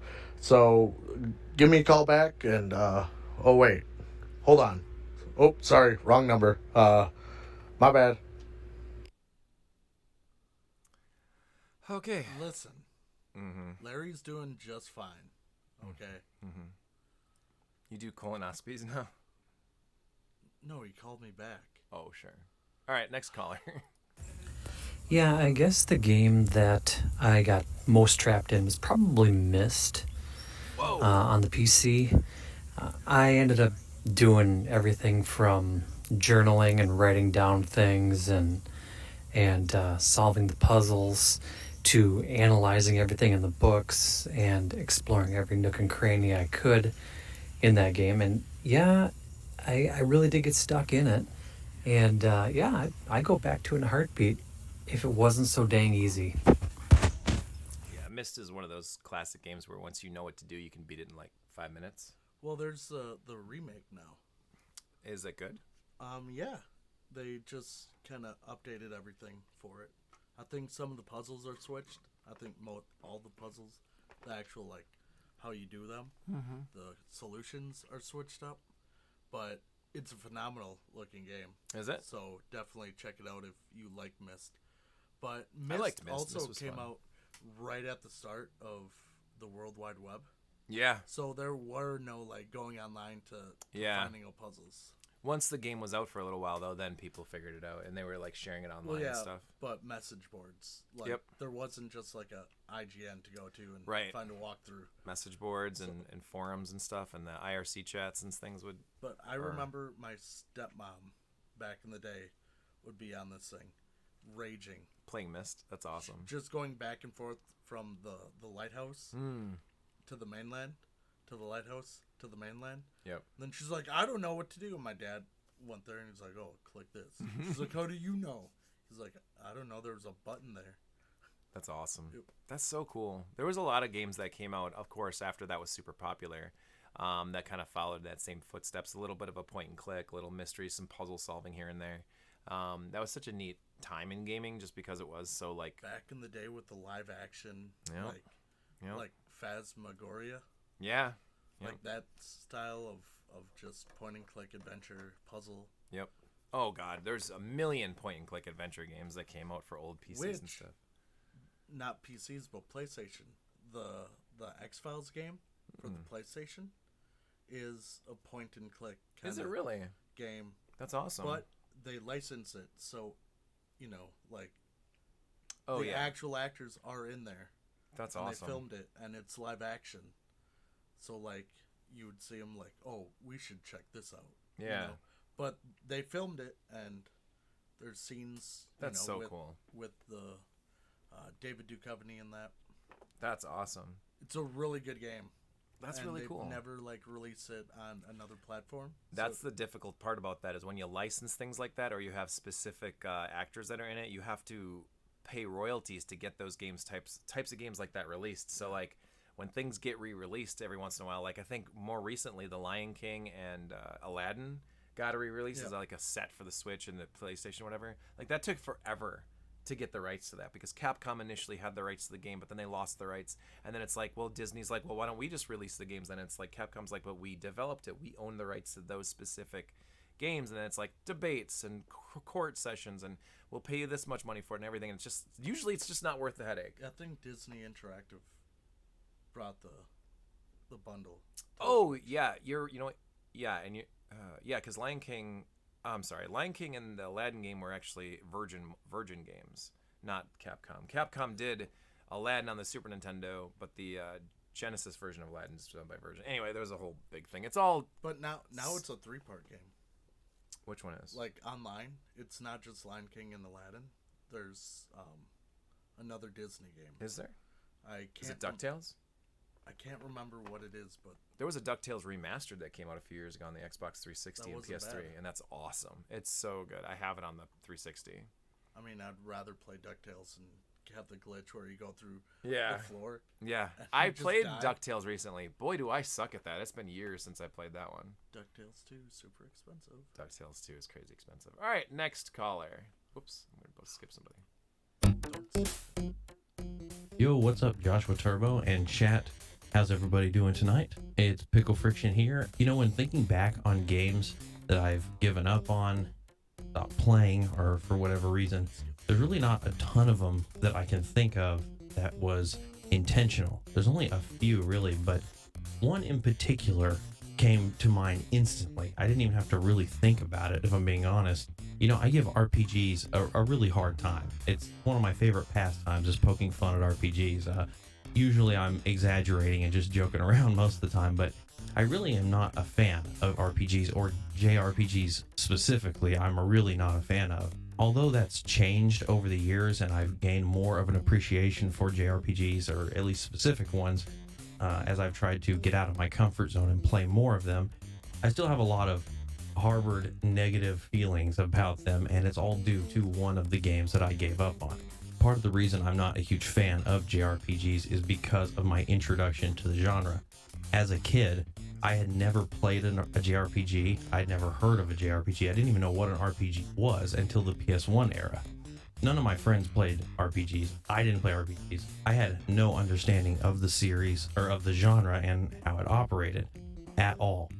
And then my first introduction to the genre is Final Fantasy VIII. I hate Final Fantasy VIII. Like, Really?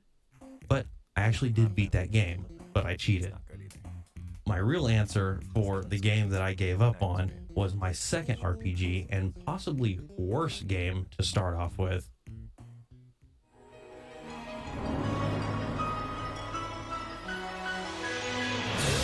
I know. Final Fantasy Tactic. I bought this game brand new and took it home and was really excited to try this out. I was very determined at that young age to get into JRPGs. I wanted to try them because it seemed to be the genre a lot of the PlayStation guys really enjoyed, and I wanted to experience it.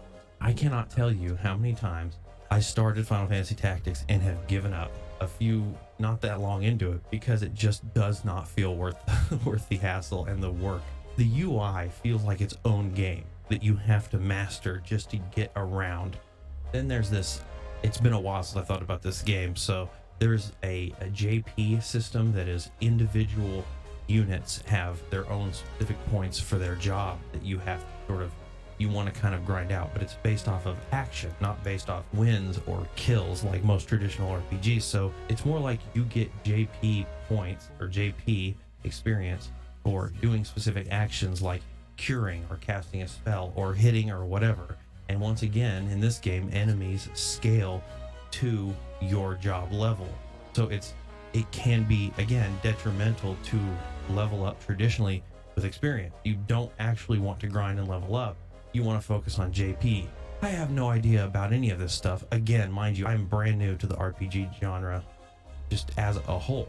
On top of that, you have a lot of very in-depth and actually things that I appreciate about it now, where different height of terrain can depend on if you have the advantage or the disadvantage, which I think is really cool.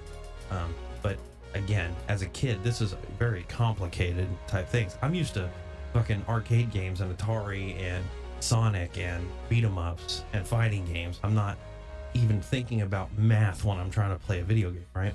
And this isn't even touching on the fact that your units have birthdays and a zodiac sign attached to those birthdays, which you need to consider compatibility with zodiacs in order to make your team function better. It felt to me, at least, in the several times I've played this, and as an adult playing this, that it feels like the game never explains this. So I was always amazed by anyone who could figure this stuff out. And, maybe it went into more detail about this in the manual. I don't remember fully. I'm sure I looked through the manual my best I could as a kid trying to figure this stuff out. But it is such a confusing game, and it was very hard. It's a very difficult game very early on. You have to know certain very specific details that the game doesn't really make clear in order to have a good head start, and it never turned out well for me. Never. I recently went back not that long ago and played it on stream with the help of a friend who's a big, huge fan of it, his favorite game, and getting to like level 3 or 4 or something, like level 4. I got to like level 4 or 5, and it was like the furthest I'd ever been, and it was instantly bodied because there's just so much information and things you need to know. And when my friend, who's the expert in the game, was going, man, wow, that was just bad luck, I don't know what happened there, that was when I once again turned it off and was like, no, I'm not. I don't have the patience for this. And honestly, I can say I probably have no intention on ever playing that game again. I just don't find it worth it. To this day, I'm offended by how convoluted that game system is, and I'm sure it's very rewarding once you know it. But that's my answer. Sorry for the long-winded one, but I hate that fucking game. And it set forth and after that, I didn't want to look at an RPG for many years. So, all right, that's my answer, Joshua Turbo. Thanks for letting me talk, and have a good stream.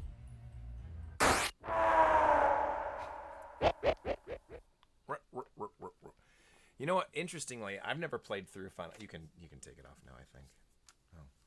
Go on. Slurp Daddy. Carry on. Final Fantasy Tactics. I've never played through a tactics game. I enjoyed Final Fantasy Tactics for what it was, but I liked Vandal Hearts much, much more. Like Vandal Hearts is Shining Force 3, Vandal Hearts, those kind of strategy RPGs that had like big giant battle systems. Like I thought Tactics was cool, but I guess I never even looked into the depth of the game, or like how it gives you the birthdays and the zodiac signs, and like your party is not doing that well because you have different people from different zodiacs. Cancer. Yeah, Dragon. Shit, what was the game I was just about to say? Oh, Dragon. Dragon Warrior 2? Well, Dragon Warrior 2 is great. That's one that Bernie said. No, Dragon Force 1 and 2 on the Saturn. All better games, in my opinion, than Final Fantasy Tactics. So when Tactics came out on the PlayStation, a lot of people were into it. A lot of my friends were playing it, and I watched them play it, and I was like, this is really cool, and the music's nice and everything. I just don't think it's my thing. I don't think I would be able to sit through it. The big thing is Square want to capitalize on the Fire Emblem trend. Sure. Yep. Wait, Fire Emblem wasn't even a thing by that point in the U.S. Yeah, it was. Well, not in the U.S. We're talking about Japanese companies. Sure, yeah, I guess that's true. But I mean, Enix had the Ogre Battle series. That was Ogre Battle 64. In my opinion, Ogre Battle was way bigger and way more earlier on than Tactics. But Ogre Battle's got a remake. I know. There's much remakes coming out, and some fan translations of the Saturn Ogre Battle games that we never got in the U.S. So. But there's a lot to that, to those types of games, those strategy games. Shining Force, the series of Shining Force games. I've also heard that it's very similar to a different game that the creator made. Potentially, yeah. But when I saw Vandal Hearts and Final Fantasy Tactics next to each other, and I enjoyed Vandal Hearts so much more, and it was bloodier, it was gorier, the storyline. Vandal Hearts is so good. Vandal Hearts is wonderful, and I have it now. Finally, I've gotten it fan translated on the Saturn, so I probably will never go back and play Final Fantasy Tactics. I remember a lot of people really liked the Tactics Advanced game on the GBA. I was just gonna say that Advanced game is so much better. One guy who who will again eventually once he gets some free time, who used to answer questions online, Jake, or Captain Coleslaw as we know him. He said that the GBA Tactics game was better than the PlayStation version of Final Fantasy Tactics. Yeah. So. There's a lot of that. Maybe that's where you should try Pickle Friction if you ever want to try a tactics game of the Final Fantasy series again. I would, if you want to do a tactics game, but you're just getting into it. Yeah. Get the reboot of the Advance Wars games. On the Switch. Advance Wars 1 and 2. I played the shit out of these games on the Game Boy Advance, came out, and I got the new ones. And it works so much better. You know, bigger screen, you can actually see what's going on. Yes. I enjoy the Advance Wars games quite a bit. I played those on the GBA, but you know what they are? They are just a generic knockoff of Military Madness on the TurboGrafx 16. And I'm not being a dick saying that. I love Military Madness, and that's my jam. So I loved Military Madness. Neo Nectaris was a sequel to that. There was also Military Madness, a sequel that came out on the PlayStation, I think, but like... Disgaea, but struggle a little bit, but overall way better. Yeah, Disgaea is a great series too. Disgaea? Yeah. Oh, sorry. Disgaea is really good as well. Yeah, I played a couple on the PSP. I love it. Disgaea 3, I think it is. Or Advance Wars and the Fire. Like, if you're playing Fire Emblem's great too. Fire Emblem. Yep. Because all the games are amazing. Yeah. And they come out with a game every year, practically. Yep. But, no, I would say Final Fantasy Tactics on the PlayStation. Thank God they didn't remake that and really bring that out. It was But usually that's universally loved by everyone. So now you and Pickle Friction are both saying it's not that great. It is not a good game. Really? For a tactics game? Holy shit. It was a cheap way to make a buck off the tactics fans. Wow. And next you're going to say Crystal Chronicles wasn't better than Diablo 2? All right, Crystal next Chronicles is a game that should stay in the past. Oh, I like Crystal Chronicles. I actually really like it. I am 100% cool. If you all are playing Crystal Chronicles, by the way, which now has online features on the PlayStation, if you need a bucket bitch, I'm the guy. I'm the guy. Because I will carry the bucket and heal people, and I won't even get involved in the combat. I'm good with the bucket bitch. I think the problem with Crystal Chronicles when it came out, I had no friends. Oh. So the game... But the Mog carries the bucket for you then. But it's hard. It's really hard. Yeah. More people. It is definitely. And I didn't have people that wanted to come and play a Final Fantasy game. They're like multiplayer Final Fantasy. When the GameCube and the Wii, the original beginnings of the Wii, when that was becoming the huge thing of like between 2004 to 2006, 2007, our group of friends, we were GameCube nerds. We played Pac-Man Versus on Friday nights. We'd play Cube of War. No, but we'd play Rude. We played Zelda 4 Swords, and then we played Crystal Chronicles, and we played Mario Party was good. I like the Mario Parties better on the N64 than the GameCube. Weirdly, and I'm not an N64 fan at all. But I loved. Yeah. Anyway. Maybe a lot of people did get introduced to the tactics RPGs through Final Fantasy Tactics, and that's probably true. Yeah, which is a lot of the same way. Cube of War is great, so damn expensive now. Always wanted to play Crystal Chronicles. I like Crystal Chronicles probably because I have good memories of it, though, because our group of friends would always play. Like, if you had friends that had Game Boy Advances, you just had them come over, and you could all play multiplayer. You needed a lot to play multiplayer Crystal Chronicles, like to get more than one player or two players. Everybody needed their own GBA. Everybody had to have the stupid connector cable that was another $15. Like, it was ridiculous. This was how I was as a kid. Pokemon came out. I got the red version. Yeah. To play, and then for a birthday I got blue version. Oh. And then for like Christmas or another birthday, I got another Game Boy. So you could trade with yourself. I basically just played it all by myself, and then when somebody's like, "Oh, I got a level 99 or level 100 something," I'm like, "Let's trade," and then I would just leave their house after. Like I was that guy going, "Oh yeah, I'll hang out. Let's trade." And then do that stuff. All my friends were fighters. They played Street Fighter, Tekken, and that was it. So I never had anybody that wanted to play games like Crystal Chronicles or Four Swords or anything like that. Yeah. Which sucks because I really wanted to have friends, and now that I'm older, I still don't. But anyway. We could play online. You got Destiny. We play Destiny. We don't live that far. We can just... That's true. I mean, look at you're here today. I know. All right, let's get to the next caller. Final Fantasy Tactics is a good choice, and I understand 100% why somebody would not want to get into it. Crystal Chronicles, I think, is a fun game. It's fun. It's better multiplayer. The remake just came out on the PlayStation recently, and it's still fun. Like I don't have any problems with it. I loved it. I don't have any qualms besides that. It is more enjoyable with more people. It definitely is. It's definitely a multiplayer game. It has its issues, though, and I could go into it. I could rant about that one a lot. But all right, ready? When I was a kid, I was so hyped up for Phantasy Star 2.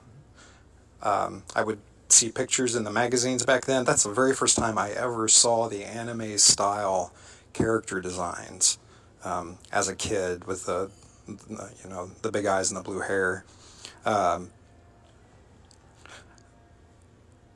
That game is brutal. Phantasy Star 2 is just brutal.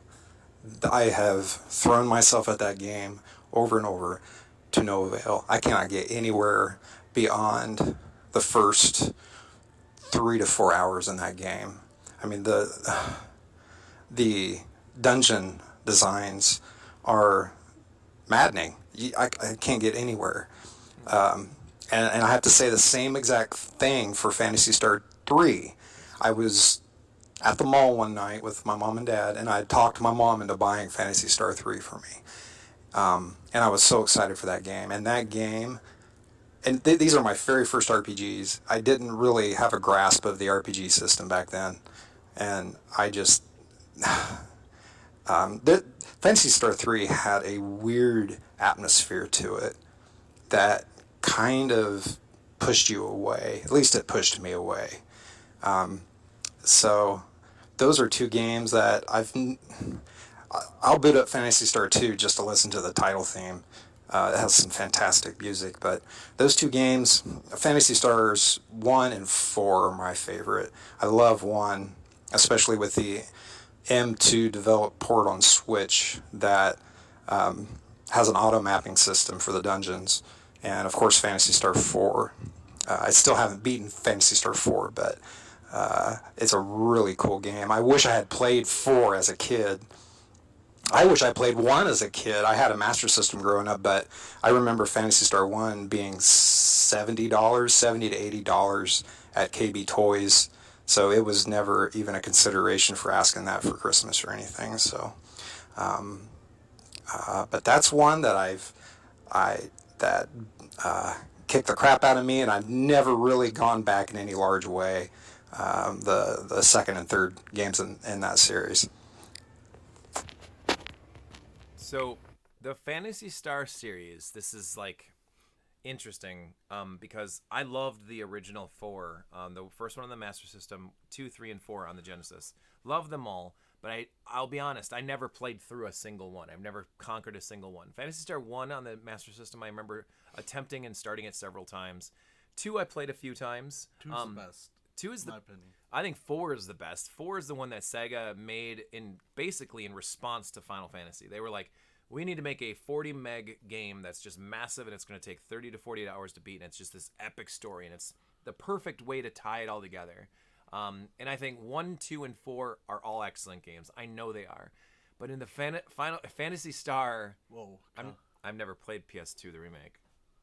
In the Phantasy Star universe, the games that I played the most are the Phantasy Star Online series. That is where I fell in love with Phantasy Star Online, Blue Burst Online on the PC or PSO2. I love the Phantasy Star Online games. That's my fucking perfect. I just think they're the perfect, most fun games I've ever played. They are. I just love them. Not perfect. But They are to me. I don't know what it is, but it's small, it's concise. It's like you have a party of 4 people and you just kind of go off and do these little journeys and these little things. I got all the levels memorized and I just have so much fun with it. I don't know why. I know there are better games out there. I know that, but for me, for whatever it's worth, Phantasy Star Online is the perfect game. The Dreamcast version, the GameCube game. I would say Fantasy Online, the fan base, is the most dedicated. We are rabid because there are still private first servers. Game has started so long ago, and there's 2000. People it's that 23 just years. Yeah, there's 23 years of the game. Sega closed the servers in 08, I think it was 09 maybe.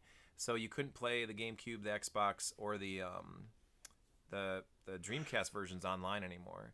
And like Pickle Friction said, he was obsessed with PSO2. I love PSO. I like PSO2 a lot. That Neo generation, that next generation, whatever it's called, that new expansion that just came out. Not great. Not great at all, actually. I do not care for it much at all. But I love PSO2, which is if you get the new version of Phantasy Star Online 2, you can still go back and play the original PSO2 on PlayStation and Xbox, thank God. Because those are actually really fun. And I'd like to play those again if people are interested.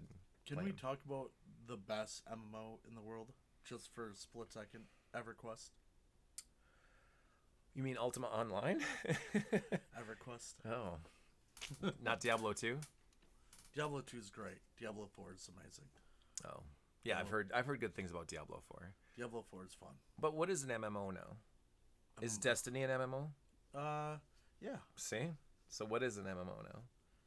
Isn't everything? MMORPG. Okay. Because Destiny is more of an MMO shooter. It's considered a looter shooter, right? Yeah. Yeah. That's looter shooters Borderlands. Like Borderlands. Anthem. I still have never really played Borderlands. Ring Fit Runner wants me to play Borderlands. Oh my God. I've never played any of them. We should get the crew together. Yeah? And play Borderlands. Stream it? Yes. Yeah? Should that be our thing? That actually a fun game to stream. And I can boot up my Japanese account, Joshua, if you want to do this. Dude, I do want to do this. I think that'd be That'd be awesome. You can cross-platform play now too with PSO2 on PlayStation, Xbox, and PC, from what I remember. So, because like when the PlayStation game launched, there was thousands of people playing.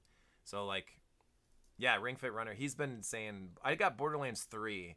I love playing Borderlands, but when I got back into it, the controls feel weird. I'm not good at any first-person shooter games, period. I'm not good at a single one. Zero. I'm no good at any of them. But the one that I'm the best at is probably Destiny, and even that I'm not good at. So when anything comes out that's new, like Borderlands, I remember I played Outrunners, I think, or was it Outrunners. The third person. Yeah. A few different ones. I was struggling with it because it just doesn't have the same controls as Destiny. So I don't know. I have a hard time. No, I'm good at Destiny. You're good at Destiny. Yeah, you and Zach Hagenbush are both really good at Destiny. I'm the guy that Jay and Josh come to and be like, "Hey, we can't do the prophecy. Can you help us?" It's like, yeah, I can do it in 45 minutes. Can you?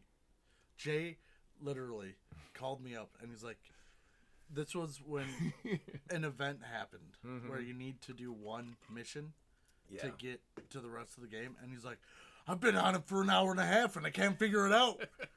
And I'm like, "Hold on," and I log on and I jump in and I jump one thing over. He's like, "How'd you see that?"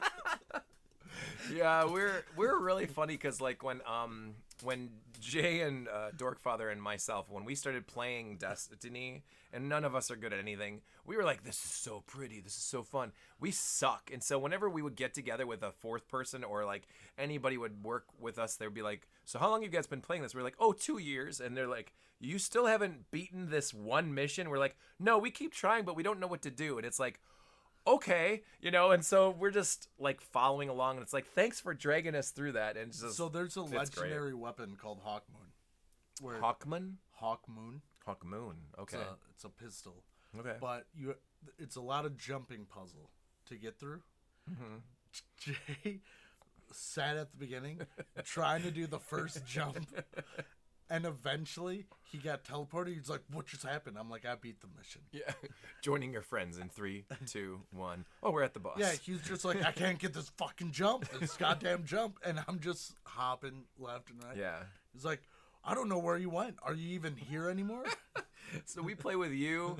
We played with Alec, who's really good. Ring Fit Runner's really good. You guys got all experience with those shoot 'em up games, or shooting games. I can shoot stuff pretty good, but I sure can't follow directions for those side missions, hard bits. Dude, those things where it's like, oh, you can only shoot them in the shadows or whatever. It's like, what is happening here? You have to take the ball and drop it into Prophecy. The bucket. Fuck, is that mission hard? If you kill somebody in the shadow, they drop light orbs. I know. Jeff Lewis, our good friend Jeff, was with us one night, and we were playing Prophecy, and I don't remember if we started at midnight or 11 p.m., but by 3 or 4 in the morning, we were like to this big ass boss, and we kept dying. And I'm like, "Oh, all we have to do is beat this boss. We can go to bed." And Jeff's like, "Oh, no. There's still about an hour or two more after the boss." Yeah. And I was like, "Dude, I can't stay up anymore." And we gave up. That was the closest we ever came to beating it. I've soloed Prophecy. So did Jeff. I don't know what the fuck you guys are on, but how do you do that? It's so hard with a group of people. How do you solo that? Duality is harder. All right, we need to get to the next caller. What did Matt Turner say? He said...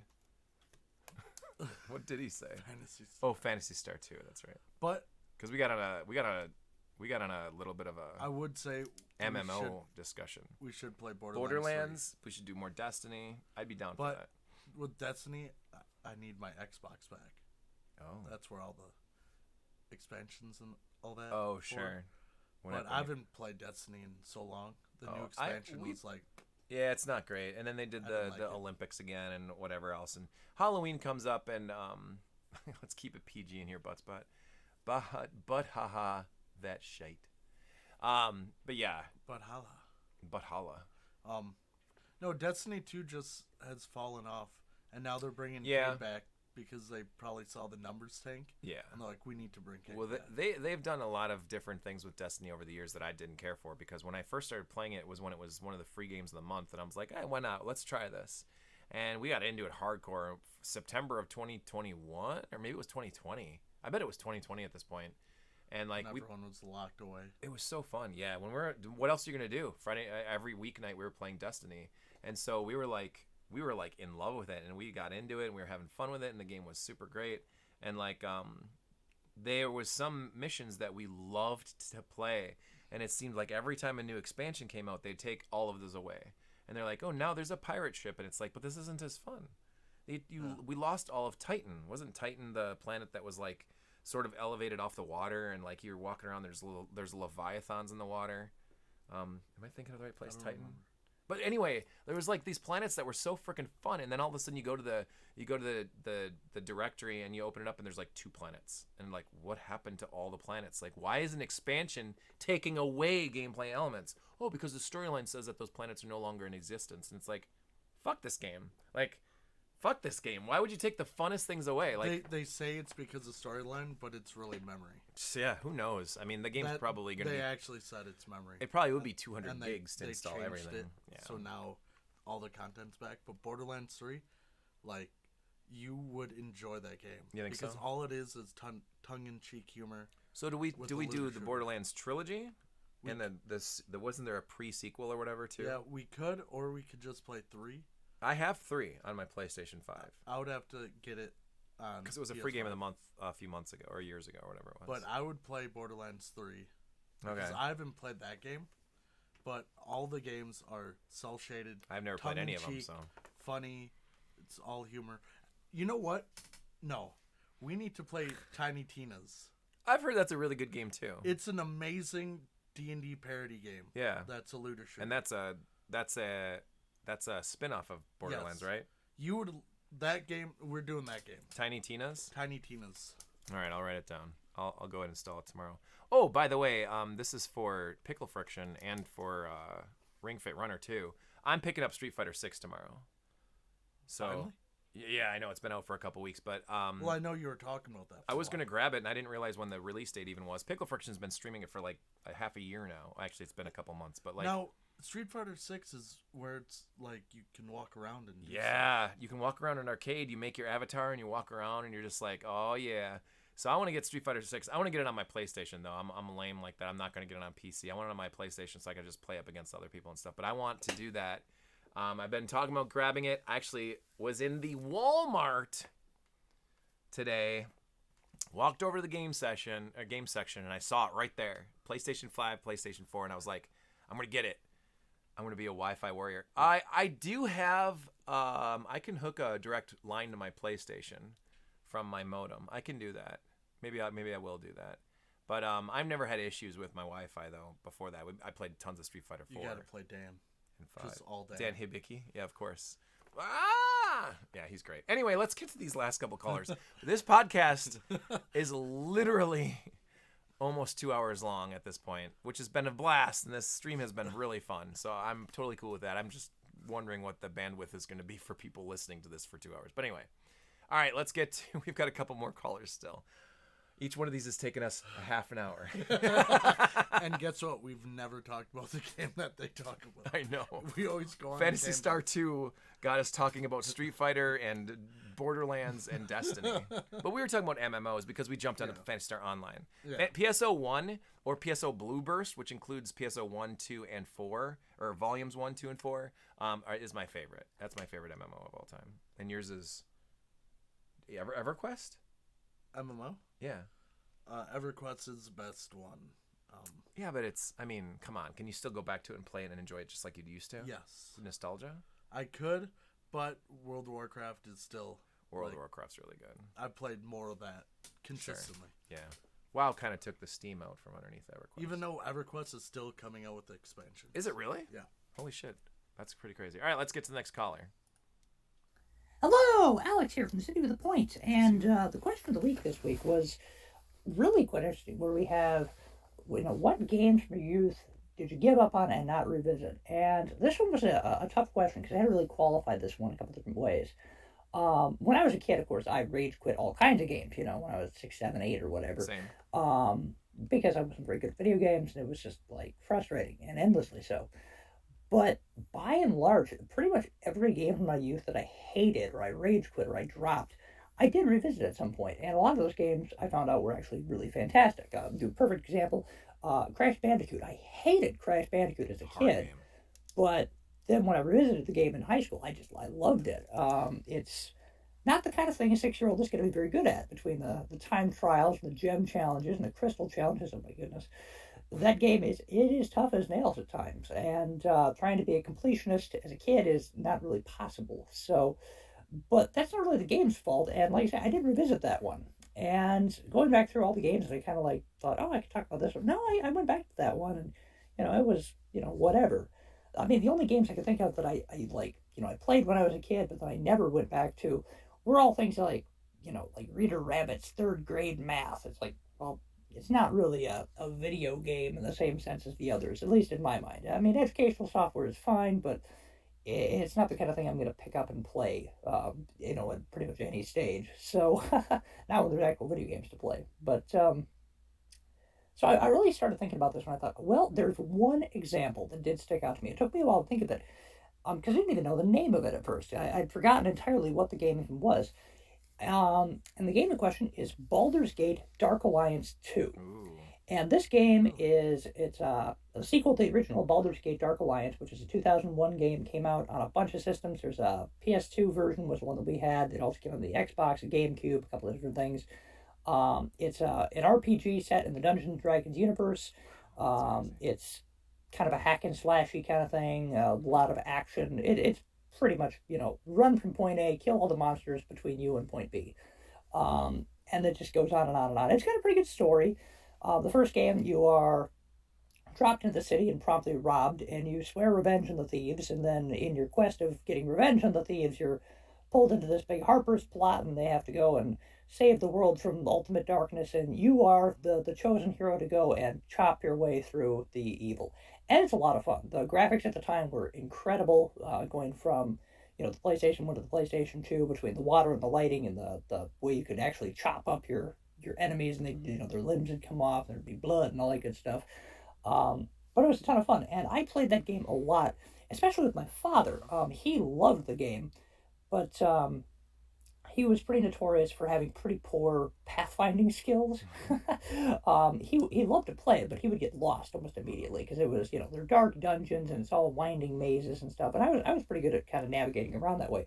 So we would play 2-player with it. So I'd take one character, he'd take the other one, and it's built in such a way that you can approach most scenarios kind of in a tactical sort of way. So if you want to whittle down your enemies, you can do it from a distance, or you can kind of play around them. Or in his case, you just charge right in, battle hammer, ready to go, and you just go to town on them. And that's a totally viable strategy, and it's amazing how often it does work. It was great fun that way. So playing that one was great, and then the sequel comes out. 2004 was when that one came out, and that we never actually had that one. I rented it from Family Video one time, and we started playing it, and we weren't as big of fans of it. It seemed like, I mean, it was the same engine, but by that point the graphics weren't quite what they had been. Things had kind of progressed a little bit. I mean, it still looked good, but it wasn't quite the same. The story was all right as far as we got in, but we got about, I don't know, maybe 4 or 5 missions in, and the game stopped working. Like, you'd click to go into the next room, and it would just load forever. And so we took the game back to Family Video, and they promptly were like, "Oh, sorry, your game didn't work. Here's a refund on your rental," and I've never seen it again. I've never seen that game in the wild again. And truly, I haven't really thought about it until now. It is kind of an elusive sort of thing. I just checked it out on eBay. It's kind of expensive. I guess there's a couple different versions of it. Like, there's a Japanese version that's not too bad, and then there's the U.S. version, which is kind of crazy priced here for an old PS2 game. But it was kind of a fun little game there. But we started playing it. It broke, and we just never got back to it. Based on the reviews that I saw, I guess we weren't missing a whole lot. I guess the first game is much better. But I don't know, for what I played in the second one, it wasn't bad. It definitely didn't have quite the same, charge in, action-packed kind of thing that the first one did, where you could just kind of approach everything and just hack away at it. There were a lot more spongy enemies. But I don't know, I'll have to revisit that one. This has been a very good question. Thank you so much, sir. Thanks all for listening, and have a tremendous night. I remember I used to own Dark Alliance 2 on the GameCube, and that was like the PlayStation 2 version. You're a bastard. The PlayStation 2 version was a lot more easier to get your hands on. The Xbox version was not rare, but a little bit more rare. But the GameCube version was the one that hardly anybody bought because GameCube was like mostly Nintendo games sold really well on GameCube. And then, after that, third-party games sold fairly well, but not all the time. And so, like, I remember I had Dark Alliance 2, got into it a little bit, and I was like, it's just, I don't know. Like, it's a better game overall than something like Crystal Chronicles. I know this. Whoa. I know this. But I just couldn't get into it. I don't know what the deal was. Yeah, I just couldn't get into it.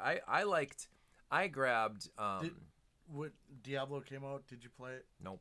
Did you play Diablo 2? No. Then why would you think you would like this one? I don't know. I played Record of Lotus War on the Dreamcast, which is a Diablo-style game. I know. Dungeon crawler. I know, and they look beautiful, and they're fun to play and everything, but I just never... I mean, they have their own fan base, like tactics fans and shoot-'em-ups and all that. But, like, dungeon crawler games, can't get enough. Untold Legends for the PSP, amazing game. Oh. Amazing game. I think I remember that. Why doesn't that get a sequel? It did. Or does it? On the PSP. What? Yeah, but they never came out with games for the No, they didn't. Vita or anything, did they? I don't think Isn't there going to be another new handheld sometime soon, supposedly? A weird way to port or way to stream or cloud-based streaming your games from your PlayStation to your handheld that you have to be within Wi-Fi distance of it, though. Oh, Sony. Wi-Fi distance? Well, whatever. You have to stay in the house. I did find a seller that wasn't charging a silly price for it. Maybe should be here in a week. Oh, nice. I actually got a new game recently, too. I'm guessing that's his Baldur's Gate, or the Dark Alliance 2.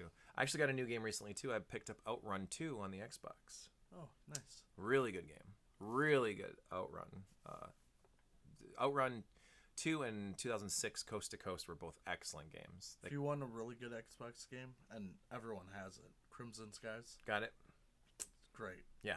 Yeah, I like Crimson Skies a lot, if somebody has an Xbox and they don't have Crimson Sky, you slap them and take the Xbox. What are you doing? Yes, Outrun 2 and 2006 are both fantastic. 2006 is way up there in price, though, so I just grabbed 2 instead. Just try it out, see if I fell in love with it, and then, after that would decide on what to do with it. But yeah, that era in gaming, I had a hard time getting out of this 16-bit era. So I wasn't a big PlayStation and 64 guy. PS2... Yeah, we can tell. Yeah, I know, right? A PlayStation 2, 2006 and PSP is one of my favorites to pop on for a quick play. I actually think I have that on the PSP. Maybe I should just pop that on my PSP Go and play that sometime. But speaking of PSP, if you really like RPGs and you like Shin Megami games, they have like all the Persona games on the PSP. Persona 3 Portable, PSP P3P, I think, or something like that. Which now they're all on the consoles too. Yep. And Persona 5 Royal on the Switch, nothing has been taken out. Really? I don't know how they did it. Really? But the whole game is on the Switch. That's amazing. And it's actually on the card too, if you buy physical. Wow. That's pretty impressive. That's a huge game. Usually Personas, what is 100 hours on average to beat like the story, and then like 200 hours to do all the rest of it. Like, I started Persona 5 when it was the free game of the month not too long ago. Now, probably actually about a year ago now. And I played it on the PS5. I was playing that a couple nights a week. And I was maybe 10, 15 hours into it. And then I was like, I wonder how much more there is to this. And I looked it up online, and it's like average beating time 120 hours. I'm like, I will never, ever beat this game. Like, holy crap. Like, it just goes on forever. But, yeah. That's awesome, though. But back to Family Video. Yeah. Like, everyone has memories of Family Video. I miss Family Video. I remember going to rent a PlayStation to play Resident Evil 2. Yeah? I bought Resident Evil 2 because I had the $20 for the greatest hits. Oh, that's awesome. But we didn't have money for the console. So you'd rent the PlayStation? Rent the PlayStation so I could play the game. See, in Wausau, we had Family Video and Hollywood Video. And Blockbuster. I worked at Blockbuster for a year and a half. No wonder why it went under. It went under fast. Funny thing is our prices were so shitty. New releases or movies were like $3.50 and you only get them one night. And I'm like, Family Video is $1. It was $1. I remember telling people when they were there, and they're like, "Oh man, you're out of this movie," and I'm like, "Yeah, you should go to Family Video because they have it. They have more copies and they're cheaper, and you get to keep them for the whole weekend instead of if you rent enough movies, you get to keep them for the weekend, like Friday, and you brought them back Sunday night or Monday. I think it even was. Blockbuster didn't have any of those deals. We had a decent anime section though. That was one thing that the manager and I did is we made an anime section. We went through all the VHS because I was there when it was VHS still. Oh, yeah. 99 to 2000. So DVDs weren't even predominantly the thing yet. So it was some DVDs, but mostly VHS. But we found all the animes throughout the entire store, and we made one section that was just anime. The Family Video in the main city. New York City? We had two. The main. Yeah. They had an anime section. Did they? We ransacked that. Always watch Vampire Hunter D. Yes. So good. Like I don't even know if we just kept it and we just kept calling and we're like we're just renewing it because Family Videos you could rent most of the animes for free because they were considered children's movies or whatever, even though they weren't. But yeah, that's how I was introduced to anime, is because there was some animes in a children's section of the video store we had called Merrill House of Music, they had they had heavy metal in the children's section. Oh, great. Yeah. Yeah. That was awesome. I was watching like literal vaginas bouncing in my face as a 7-year-old kid. I'm like, wow, this is awesome. Heavy metal was in there. Fritz the Cat was not in there, thankfully. That's pretty bad. Ralph Bakshi's got his things, but I think Fire and Ice was there. Lord of the Rings was in there. The Hobbit was Rankin Bass, but still awesome. I love that movie. But like anyway, so we had at the Blockbuster in Wausau, Wisconsin, we had like Ninja Scroll, we had Fatal Fury the movie, the motion picture is what they called it. We had Project A-ko 2, we had Ranma videos. Like we had a nice anime section. Whoopsie. Hey everybody. Whoopsie daisy. Hey guys, we gotta go to the blue store. Yeah. Anyway, so we had some animes there, but anyway, we have one more caller. Wait, hold on. And then that will wrap up our question of anime the day. and mainly animated movies. Mm-hmm. The 3 greatest animated movies of all time is James Bond Jr. Okay. G.I. Joe the movie. That's a great movie. And actually. Transformers the movie. Those are all good movies. James Bond Jr. It's just a weird thing that I saw as a kid randomly, and it's basically James Bond, but it's just stuck in you? everyone's a kid. Like James Bond's a kid. I remember the show. It was so weird. It's something. Anyway, go on. Okay, let's listen to somebody that matters and continue. All right, the last caller is our good friend Ring Fit Runner. Oh, and by the way, that last caller that we had prior to this was our wonderful friend named Alex from the Wisconsin Computer Club, who's actually been kind enough to take in my Amiga 500 the other day after one of our side quests for the EverCon side quests, which, by the way, EverCon, awesome game convention coming up in March of next year. We're gonna have a blast with that show. So but there's another convention before that in August. There's LinkCon as well. So we're gonna get more on that when we talk about that more in July and August. We'll hype that up as much as we can on the stream and on some other separate podcasts and stuff like that. But Alex took in my Amiga 500, and from what I understand from pictures that he shared, it's already up and working. So I've had that thing for 6 years. Yeah, it's weird. They just turned it on and then it worked. It's just magic. Hey, don't even. It wasn't that easy from what I understand. They had to replace a disk drive with a pretty cool USB port. But anyway, all right, our next caller. I remember a game I got stuck in when I was younger. It was for the Sega Saturn. And it's a game called Alone in the Dark, One-Eyed Jack's Revenge. Shit. And it was terrible. That's how I'll start this. I did not care for it. It was clunky. The graphics were horrible. I had no idea what I was doing half the time. It's weird. It's very, very weird. And I didn't have fun playing it. I got stuck. I really wanted to beat it. I really did. But little old me back then just did not have that kind of willpower, I guess. But yeah, I remember it was very confusing, and then all of a sudden when you think you're getting the hang of it, all of a sudden you have to play as a, child with no weapons. It was weird, man. But yeah, there's a game. That was the first one that popped in my head. with a game I got stuck on. Never finished it, probably never will, and that's okay. I accept that. Yeah, I remember buying Alone in the Dark: One-Eyed Jack's Revenge for the Saturn. I had it exactly for the same system. I know it came out on PlayStation. It was also on PC. I remember playing it also on a Mac, weirdly enough, in school because my choir teacher had installed it on his Mac in his office, and I was like, "Hey, can I play this?" And yeah, it's so convoluted and shitty and just bizarre. You start in like a garden or something like that, and then you walk into the house, and then there's like these zombies lurking around and stuff, and holy crap, is it bad. The tank controls were prominent in most of those types of games in the day. So Resident Evil 1, Resident Evil 2 had that style. I think 3 even had it still. And Code Veronica. It started to get like more fleshed out into those types of survival horror games that everyone fucking loved. And I tried to like Alone in the Dark: One-Eyed Jack's Revenge. I don't remember if that's the second or third game in the series, but it is dog shit. You don't have to try that hard not to love it. Well, I tried really hard to love it, and it was not something I could get into. Sometimes things aren't meant to be loved, like that game.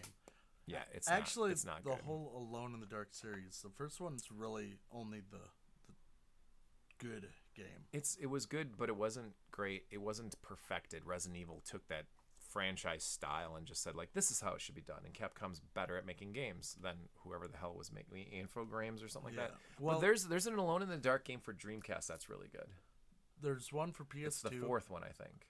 There's one for PS2 that wasn't horrible, but it wasn't for real. good. That the entire series is based on mediocre like gameplay and just kind of like being the kind of genre starter, I guess. But the new one with Harper.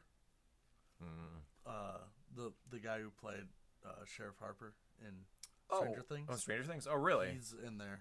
Really? They modeled his character. Interesting. I had no idea. It looks Hopper. Good. Hopper. Hopper. Yeah. You said Harper, and I'm like, what's a Harper? I haven't seen that in a while. Oh, Stranger Things is wonderful. What else? Alone in the Dark, like for survival horror. Alone in the Dark isn't even survival horror. I don't think anybody would consider Alone in the Dark one of the key franchises in survival horror. I would call it a puzzle horror game.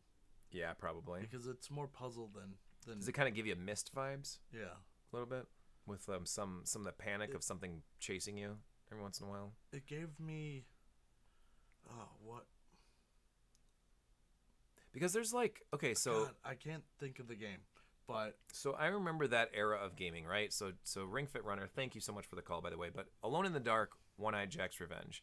That was around the time when Resident Evil 1 came out. And then there was games on the 3DO. So there was Mansion of Hidden Souls was one that was pretty freaky. And then there was also D. And I'm not talking Diablo. D was like something. It was by Warp. And then there was a D2 that came out on the Dreamcast. And I think of those games, in my opinion, as much better games than Alone in the Dark, or maybe any of the Alone in the Dark games. And it's kind of sad too that D didn't get a third game.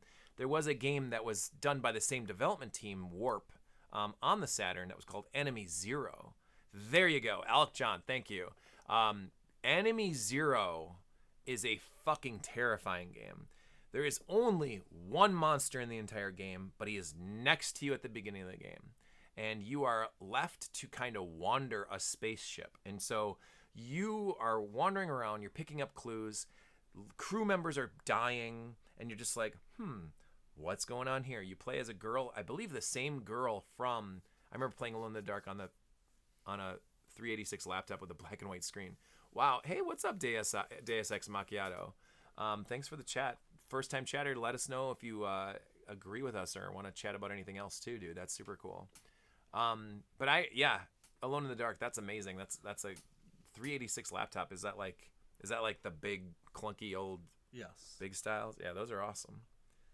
That's cool. I bet Alex from the Wisconsin Computer Club could chime in on those too if he's got any of those. He's a big collector of vintage computers and gaming computers like that and stuff. But like Enemy Zero is a good game, but it is really difficult because all you're doing is walking from like room to room and just kind of solving puzzles and stuff. There's a game on the PCFX called Team Innocent. That's kind of, I know, right? What am I doing now? Another Sorry, but yeah, another hidden gem in the gaming universe. But Team Innocent, you play as a bunch of anime girls on a spaceship, and like you're going around and you're finding dead bodies and stuff all over there. We can't read it, so we don't know what's going on. Yeah, who knows? But you can use a little. We need a fans translation. That would be awesome. Mod. Someone there have been slowly but surely games getting more and more fan translated on both PC Engine and PCFX. Sadly, though, they're mostly dating sims or porn games, not Team Innocent. We could use a Team Innocent translation. You really need a translation on some porn games. Well, in order to get their clothes off, you have to please them. Well, just hit buttons until they're naked. Then usually they slap you in the face, and then you're left on the streets. So unfortunately, Either that doesn't way, work. they touched me. Team Innocent on the PCFX was a pretty good game. But like, yeah, Enemy Zero is a great one. I'm glad Alec brought that up because that's where I was going with D2 and Enemy Zero, all great games. If you want to play a new horror game that has a PS1 feel like Clock Tower, the game's called Homebody. It's on every single console. Homebody. Wait, I've heard of this. It's about a socially anxious person having to go to a house that all their college friends go to every year, and then randomly the lights go off and this killer starts following you and killing everyone, and once it kills you, it resets the day. Oh my god. It's a time loop, but you only know. So when you're talking to somebody, you're like, hey, didn't we just die? And they're like, yeah, the weather's great. What? So it's a time loop game where you have to figure out puzzles and do puzzles while you're dying. Oh my god. To be able to get out. That's terrifying. Save everyone. That's terrifying. That reminds me slightly of we were just talking about this. It's on the Xbox and PlayStation. Indigo Prophecy. Oh my. Wasn't that a trip? That's a great. Do you like it or not like it? Yes. Okay, good. I love Indigo Prophecy. It is the Indigo there was the military base level. Oh yeah, there was where you're the kid and you had to like sneak around. I love that game because of the different endings and the different style of gameplay that you can do. Indigo Prophecy had like at the beginning, everyone starts in the same place, but I remember getting like 3 or 4 hours into it, and then one of our buddies, Fame Douglas, he's the one who initially got me into that game. He had shown me where he was, and I was like, I don't even know what this area is because he made decisions differently. And there was one spot towards the beginning where you escape that diner and the cops are after you, whatever.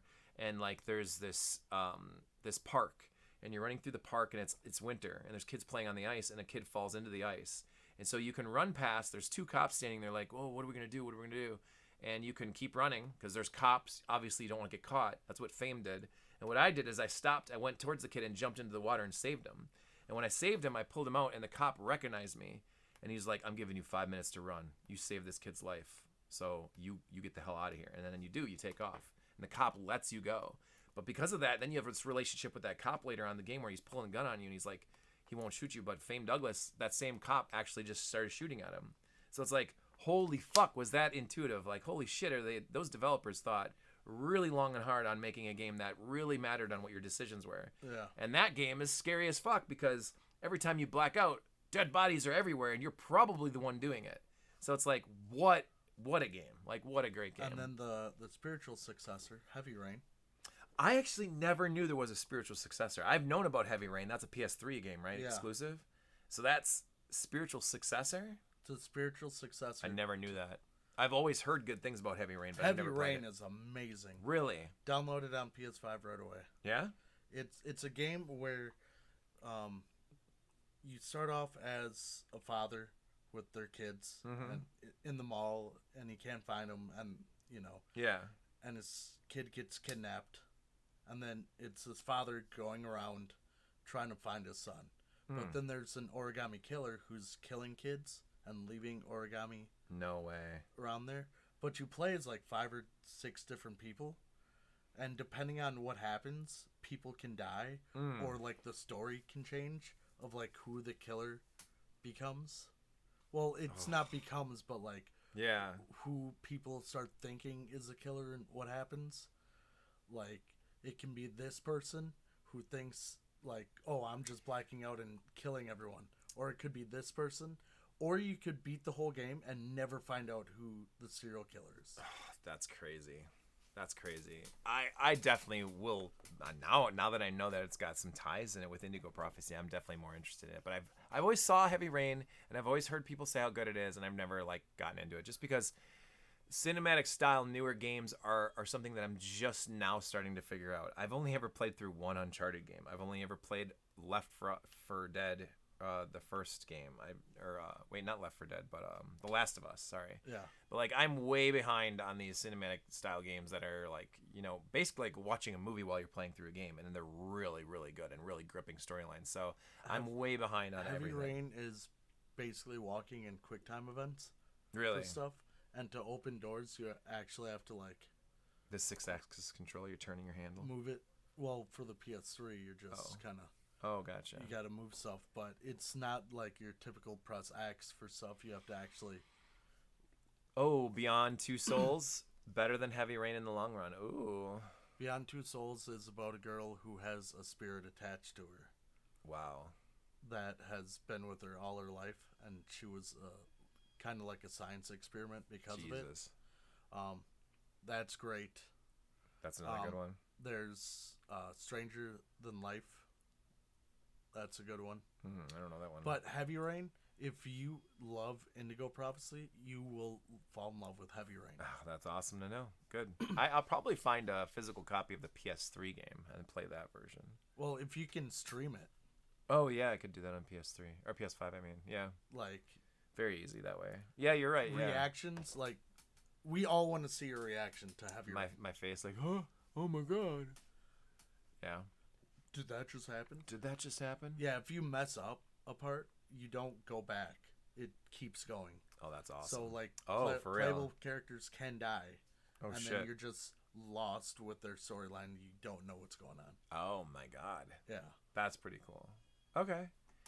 Well, I know we can sit and chat more and more about all this stuff. Ring Fit Runner, what was his game that he said? What was his game? Holy shit. Oh, no, it was, Alone in the Dark. Oh, yeah, One-Eyed Jack, yeah. We did talk a little bit. That got us down. See, this is what happened the whole night on this show. We are over almost 2.5 hours for a podcast. My God, nobody's going to listen to this whole thing. But this was a lot of fun. This was question of the day for this week, the 14th week of question of the day, for the Gamehuggers and for everybody else. Has this been the longest question of the day? By far. Probably more than twice as long as any other episode ever. So that's actually great, though. I mean, that was a lot of fun, and it was awesome. More callers than ever before, and longer calls and all sorts of stuff. So we got a huge list of great games that people have some gone back to and played again, some have not. It was really funny because when we had 4 callers left, I remember saying, wow, we're at an hour and a half. And it took us another 50 minutes to get through those last 4 callers. So this has been good. This has been really fun. I appreciate you, Ben. Ben Plays It All. Find Ben on the Twitchverse at twitch.tv/Ben Plays It All. Ben Plays It All. I play Final Fantasy games. He's playing through 16 right now. 16, and then I go back to beat 1, and I'm playing them all in chronological order, which will be great. Does that mean you're going to play the spin-offs then, like 10 and 10 too? Well, 10, but it'll depend on if people want me to play 10 too. 10 too? Yeah. And then like 7 and Advent Children and all that stuff. It'll all what about depend. the remake, 7 remake versus 7 original? I'm doing original first. Okay, and then you'll see how you go after that? If people want to see because there's like 13, and then there's 13 Alpha Pandemonium There's edition. 13, and then 13 better game, and then 13 worse game. Oof. 13 is a rough. But it's a trilogy of 13. It depends on what people want. Otherwise, I'm just gonna be playing 1 through 16. Yep. And then you have to incentivize me to do the optional content. Smart because thinking. I do not want to verse Emerald Weapon. I would not want to Bombers, play. I would not want to play 10-2. I didn't like 10-2 at all. The mission-based like dancing game. If people fuck just that. want to put me through torture, they can. I guess. Why don't they just have you play Sonic 06 then? Or what's that game? One-Eyed Jack's Bugsy Revenge. 3D. Bubsy 3D. Yeah, that's rough. That's a rough yeah. one. Or Battletoads on the Xbox. No, but seriously. Like anything on TurboGrafx. Wow. You're a bastard with this stuff because the Turbo's awesome and there's millions of great games for it. But anyway, for myself, Joshua Turbo, you can always find me on Twitterverse at _Joshua Turbo. Don't forget the underscore, as it is the most important underscore on all the internet. Gamehuggers, you can find us on Facebook.com/Gamehuggers. We're going to be at LinkCon. We'll be at EverCon next year. We're going to be doing all that fun, exciting stuff too. So I'm going to sign off for the YouTube stuff right now.